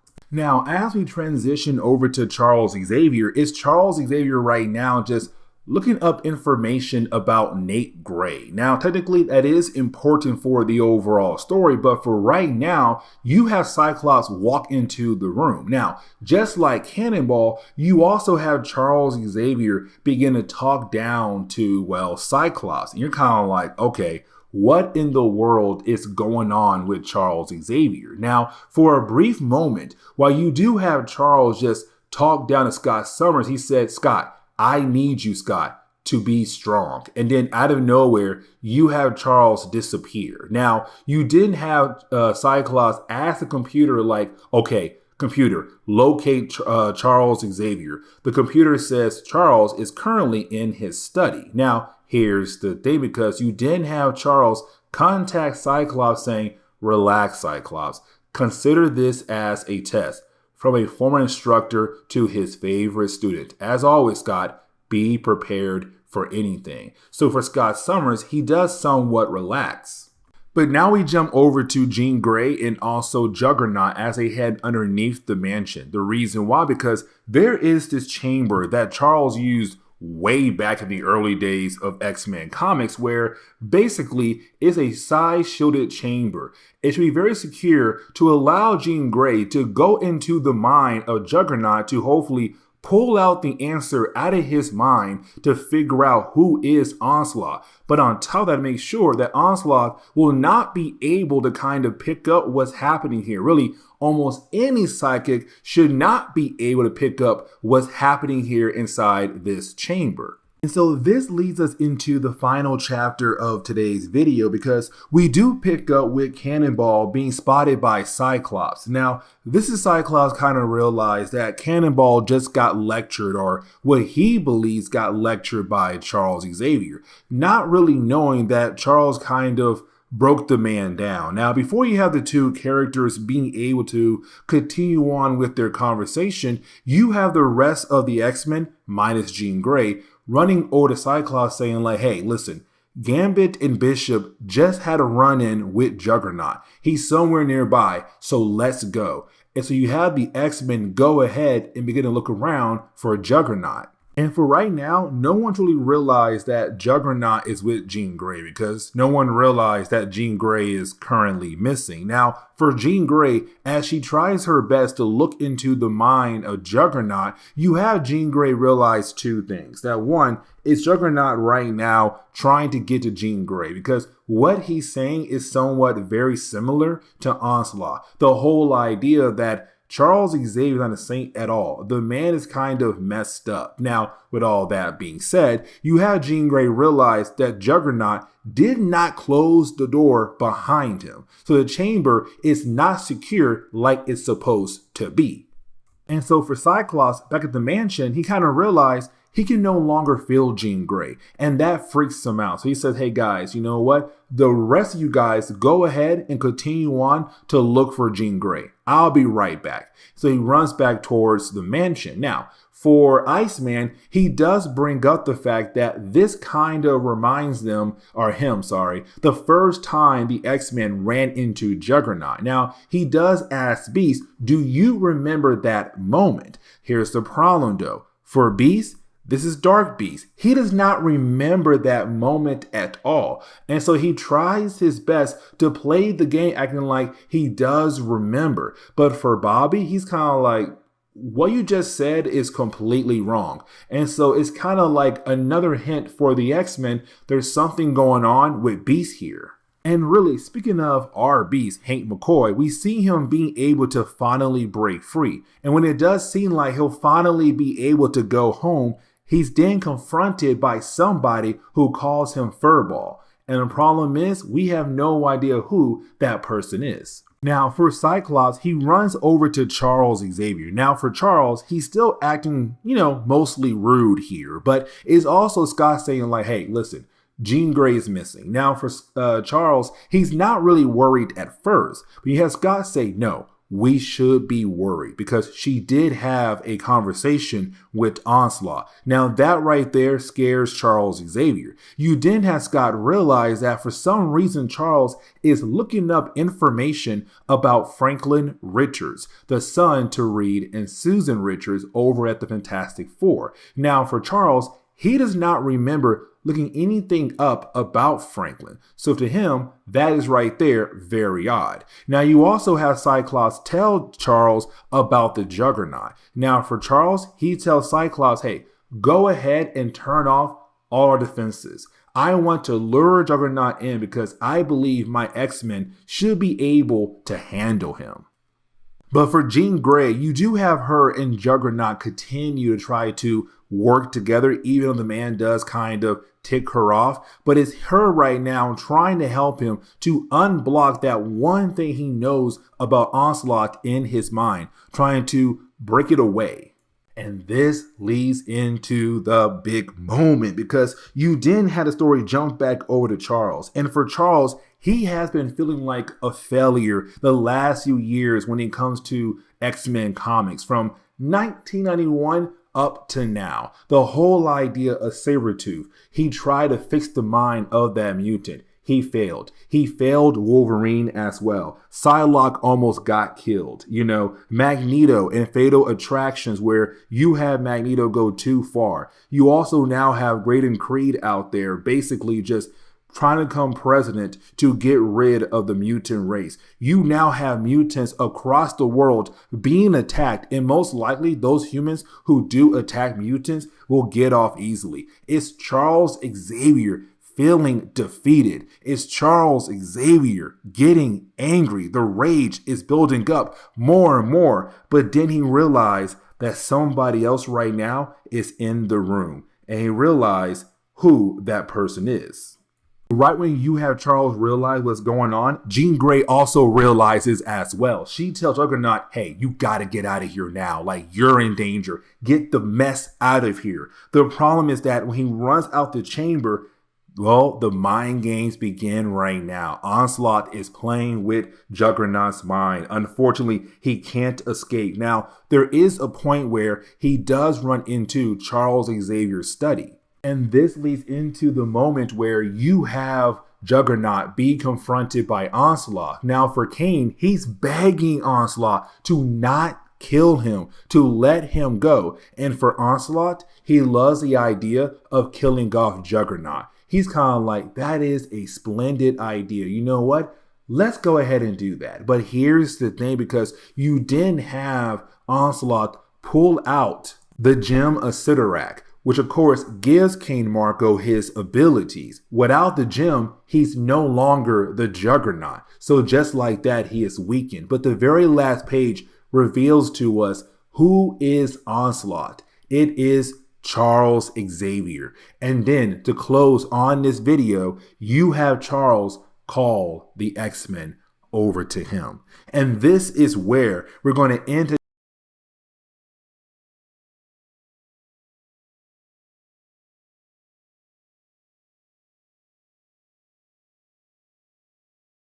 All right, so this is the final chapter for the prologues that lead into the main event. Now, let me just say right now, I am truly hyped up because this event is one heck of an event, but it also had changed up the entire lineup for Marvel Comics in the late 1990s. Well, not the entire lineup, but you did have a few characters be affected by this one singular event, where of course it gave birth to another event that we're going to cover later on the channel. Now, with all that being said, this is the final chapter for the prologues. It's the X-Men finding out who Onslaught is. It's the X-Men realizing they're going to need all hands on deck if they believe they have the ability to stop Onslaught. Now, the opening pages of this storyline is really important for two different reasons, because as we jump 45 minutes into the future, the first reason why I say the opening pages of this storyline is really important because it's Jean Grey right now trying to leave a message behind for basically the other X teams out there. Because in the 1990s, you had so many different X teams. You had X Factor, X Force, Excalibur, Generation X. You had all these different X teams in the 1990s. But for Jean Grey, she's saying if you are receiving this message, the X-Men are officially gone. We have been killed off by one of our own. And of course, she's saying it's Charles Xavier because Charles Xavier is Onslaught. But things get even crazier. Here's the reason why. Because this is also what Bishop saw in his far future. You see, for Bishop, he found a message that was left behind by Jean Grey. When he played that message, it was this. It was basically Bishop finding out the reason why the X-Men are no longer around in his future because somebody on the X-Men had betrayed the others. And so now it's kind of like, okay, is Charles Xavier that traitor? Because for a good while, we were kind of left to believe it was Gambit because Gambit was the last surviving member of the X-Men in Bishop's future. But now we have to transition over to the present day. Now, when we do, we're picking up with Charles Xavier right now, just in his study. Now, for Charles Xavier, we're also seeing him looking at an old picture of him and Magneto. And it's him kind of remembering that in the past, those two guys had plans to change the world. But unfortunately, the world has changed them. Now, at the end of our last video, we had saw Charles Xavier call the X-Men back to him. Now, for the X-Men, they were trying their best to hunt down the Juggernaut because he was on school grounds. Now, for Jean Grey, she took him away somewhere safe to look into his mind to hopefully figure out, like, who is Onslaught, because Juggernaut knew. Now, once she had learned the true secret behind the idea of who Onslaught was, Juggernaut was taken away by Charles Xavier. And we were kind of left to wonder, what in the world did he do to Juggernaut? But either way, for the X-Men, they heard the call. They're kind of like, wait, you're telling us to no longer find Juggernaut and come back to you? Why? Now, once you have all the X-Men arrive back to Xavier's study, you also have Jean Grey arrive as well. Now, Jean Grey has not warned the rest of the X-Men about what's going on with Charles Xavier, what she had discovered about Charles Xavier. Now, for the rest of the X-Men, they're now hearing Charles' speech. And this is Charles basically saying, like, you know what, guys? I'm tired. I'm tired of all the mess happening across the world towards the mutant race. I think and I believe it's time for us to go ahead and just take action to force change into this world. Now, the way Charles is talking for the X-Men, they're kind of like, hold up, what in the world is going on with Charles Xavier? Like, the way he's talking, he does seem a tad bit off. Now, for Jean Grey, it's really more of her just trying to figure out what to do here. Like, for example, it's her right now trying to probe the mind of Charles Xavier, hoping to find some kind of weakness to strike at to hopefully bring him down. She's even wondering, like, okay, what if the X-Men are able to attack him right now before you have Charles or Onslaught reveal his hand? Now, for Jean Grey, when she looks over at the desk of Charles Xavier, she sees the gem of Sidorak. Now, that gem is very important because it gave King Marco his ability to be the Juggernaut. But she realized if Charles has that, then most likely King Marco is no longer around. But on top of that, she also realized that possibly Kane is trapped inside the actual gem. Now, for Jean Grey, she wants to warn the rest of the X-Men about what she had discovered. But this really shows how powerful Onslaught truly is, because when it comes to Jean Grey, she wanted to tell Cyclops, like, hey, we have to act now. But she's too late. And that is when you have Jean Grey see all this psychic energy around everybody. Only she and Charles Xavier can see it. And then you have Charles basically stop her from allowing her to tell the X-Men what is truly going on. Now, the X-Men kind of like, what in the world is going on with Jean Grey? Like, what in the world is happening to her? While the rest of the X-Men rush over to her, you have Cannonball continue to look at Charles Xavier and realize that he has completely changed, that now he's wearing the armor of Onslaught. Now, for Jean Grey, she still truly believes that Onslaught is Charles Xavier, but this is Onslaught saying, like, that's not the case, and let him explain. He says, he created me, talking about Charles Xavier. In his own way, he created me to do what he alone could not. I was forged within the crucibles of his fear, his frustration, his rage at the injustice against his people, all those darkest desire for revenge, for control, for power, all those dark emotions in the mind of Charles Xavier helped create me in his mind. And so we're kind of left to believe our Charles Xavier is currently locked away in his own mind, thanks to Onslaught taking over his mind, taking over his body. Now for the X-Men, they're kind of like, okay, what to do here? Now for Onslaught, he believes that even though he said he's not technically Charles Xavier, he still kind of is Charles Xavier. He's kind of hoping the X-Men will follow. Now, for the X-Men, they're kind of like, okay, you're asking us to follow, but what if we don't follow you? And so he begins to attack their minds. Now, luckily for the X-Men, you have Cyclops step up. Because you have Cyclops go ahead and just blast Onslaught with his optic beam. Now, with him doing that, it's kind of like, okay, cool. The X-Men have some kind of hope that they believe they have the ability to actually stop Onslaught here. But here's the thing, because you have Onslaught show how powerful he truly is.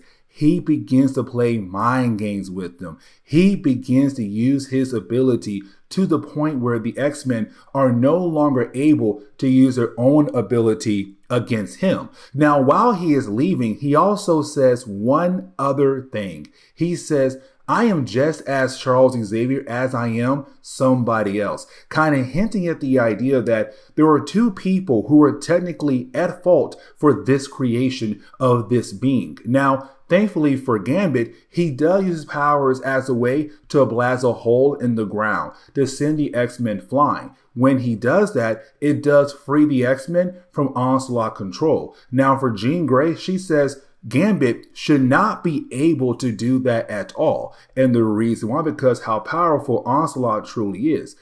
And so for Jean Grey, she's saying that means he is not yet completely in control of Charles Xavier. But now we have to switch over to the Fantastic Four, because for Franklin Richards, he does play a major role in this storyline, but also another one we're going to cover down the road. Now for Franklin, it's him right now having a conversation with a boy known as Charlie. Here's the catch. For the rest of the Fantastic Four they're kind of like, okay, it's just Franklin right now talking to his imaginary friend. But in reality, Charlie is Onslaught, who's right now pretending to be a child as a way to connect with Franklin. Because for Charles Xavier, in the earlier parts of our coverage over this event, we saw Charles looking up information on Franklin. Because by this point in Marvel Comics, for Franklin, he was labeled as a mutant. Now, with all that being said, you didn't have Onslaught leave. Now, for the X-Men, they have broken up into two different groups. The first group went into Charles Xavier's Ready Room, because for the Ready Room, it was where you had Charles Xavier being able to collect information on allies of the X-Men, but also their enemies as well. Now, here's the thing, because for Bishop and his team right now, they're trying their best to get all the information they can. They also realize that Onslaught was looking up information on Franklin Richards. Now, you didn't have Gambit and also Bishop kind of realize there's something off with Cannonball. He's kind of expressing his fear about Charles Xavier and also Onslaught. And that tells Bishop and also Gambit and the rest of his team right now, like, okay, hold up right now. Onslaught is messing with Cannonball or possibly pretending to be him. Either way, Onslaught does appear and takes out every single member of the X-Men in that room, just like that. But now we have to transition over to Nate Gray. Now for Nate Gray, as we all know, he's from the age of Apocalypse reality. He is just Cable from that reality. Now remember, Cable was supposed to be this powerful mutant to take on the world. The problem was he had received the techno-organic virus. With the virus, Cable has to use most of his powers to keep the virus at bay. And so for Nate Gray, he technically does have a tad bit more freedom. But here's the thing. By this point in Marvel Comics, we had discovered that Nate Gray is dying. And the reason why, his own powers are basically killing him. Now, one of the prologues we had did earlier on was about Nate Gray fighting against Holocaust. At the end of that storyline, you had Nate say, hey, you know what? I need to get some help with my powers. You know what? I'll head over to the Avengers. Now, technically, the Avengers do have tie-ins for this event. Their first one is part of phase 1. But here's the thing. This book right here did come out before that book did, but also like we're kind of past that point what happens in that book when it comes to the Avengers tie-in. But don't worry, you'll see everything as we get into phase 1 of this crossover. But it's Nate saying like, I need your help with Charles Xavier. It's Nate realizing what's to come down the road. And this is where I kind of bring up the whole idea of Legion Quest and also Age of Apocalypse. And let me explain, because you have Onslaught say he learned everything about that reality through Bishop. You see, when it came to Legion Quest, you had Legion go back in time to kill off Magneto because he believed if Magneto was not around, then most likely Charles Xavier would have been able to reach his lifelong goal. Mutants and humans living together in harmony. The problem was that when it came to Legion, when he went back in time, he killed off Charles Xavier, not Magneto. And so, of course, it gave birth to a brand new timeline, better known as Age of Apocalypse. Now, for most of the X-Men, they had all disappeared, and they were all replaced with their counterparts in that reality. Bishop didn't have one. Bishop was able to live in that reality. And so once you had everything go back to normal, for Bishop, he somewhat does remember his life in that other reality. And so for Onslaught, when he was Charles Xavier going into the mind of Bishop, he had learned everything about that other reality. And so for Onslaught, he's saying like, I want to make sure I don't end up like Apocalypse. Basically saying, I don't want to fail like him, like he did in that reality. I want to make sure that my game plan actually works. And technically, some of the things I'm doing right now, I learned through you and your life in that other reality. But now we have to jump over to Cyclops, Jean Grey, Iceman, and Beast. Now, you have the 4 characters trying their best to download information out of Cerebro. Here's the thing, because while they're doing that, you had Iceman watching everyone's body temperature. And so as soon as you had Onslaught enter the room, just like that, Iceman realized he was there. You had Bobby attack him. Now, unfortunately, it didn't do much because you did have Onslaught say like, oh, you know, good job. But hey, I have my own powers. And he forced the X-Men to attack one another. Now, for Dark Beast, sorry, I'll say Beast for right now, he was the only one not affected. Now, the reason why I said Dark Beast, because this right here is not our Hank McCoy. This is Hank McCoy from the Age of Apocalypse reality. He's one of the 4 characters who were able to make it over to the main Marvel universe. But here's the thing, because he tried his best to hide with the X-Men, while the real Beast is somewhat locked away. Now, for a good while there, you had everyone kind of wondering, like, when would the X-Men realize that was not their Beast? It was someone else pretending to be their Beast. Well, you have Onslaught say the only reason why the X-Men were not able to figure out who you were is because I had blocked their minds from finding out, basically. Now, this is also Dark Beast wanting to join Onslaught's side because he sees how powerful Onslaught truly is. Now, for Onslaught, we learned earlier on in our coverage over this event that he wanted Jean Grey by his side. And the reason why? Because Jean Grey is the template for the power of the Phoenix. He wants that information out of her. Here's the thing. Onslaught is truly not at full power yet. His host, Charles Xavier is still somewhat fighting against him. And so right now for Onslaught, he's not really able to achieve different things like he wants to achieve. Now for Jean Grey, she also realized that he has to rely on other people. So technically, he's not at full power just yet. He's not that powerful God that he wants the world to believe that he is. But this leads us up to that point where we saw earlier where it was Jean Grey sending out a message to the rest of the X-Men team. And so as we see her trying to pull that off, you have Onslaught find her in this chamber that's underneath the school of Charles Xavier. Now, here's the thing, because it's now Onslaught fighting against Jean Grey. Now, for Jean Grey, she believes the rest of the X-Men are dead because she's unable to pick up on them. But gonna find out the X-Men are not dead at all. And matter of fact, you have Cyclops shoot his optic beam as a way to blast Onslaught away from Jean Grey, his wife. Now, this battle is very short-lived. Like, you do have the X-Men lose to Onslaught very easily, but once the battle is wrapped up, you have Dark Beast wanting to experiment on the X-Men. Now, for Onslaught, he's kind of like, no, we are not going to do any kind of experiments on them.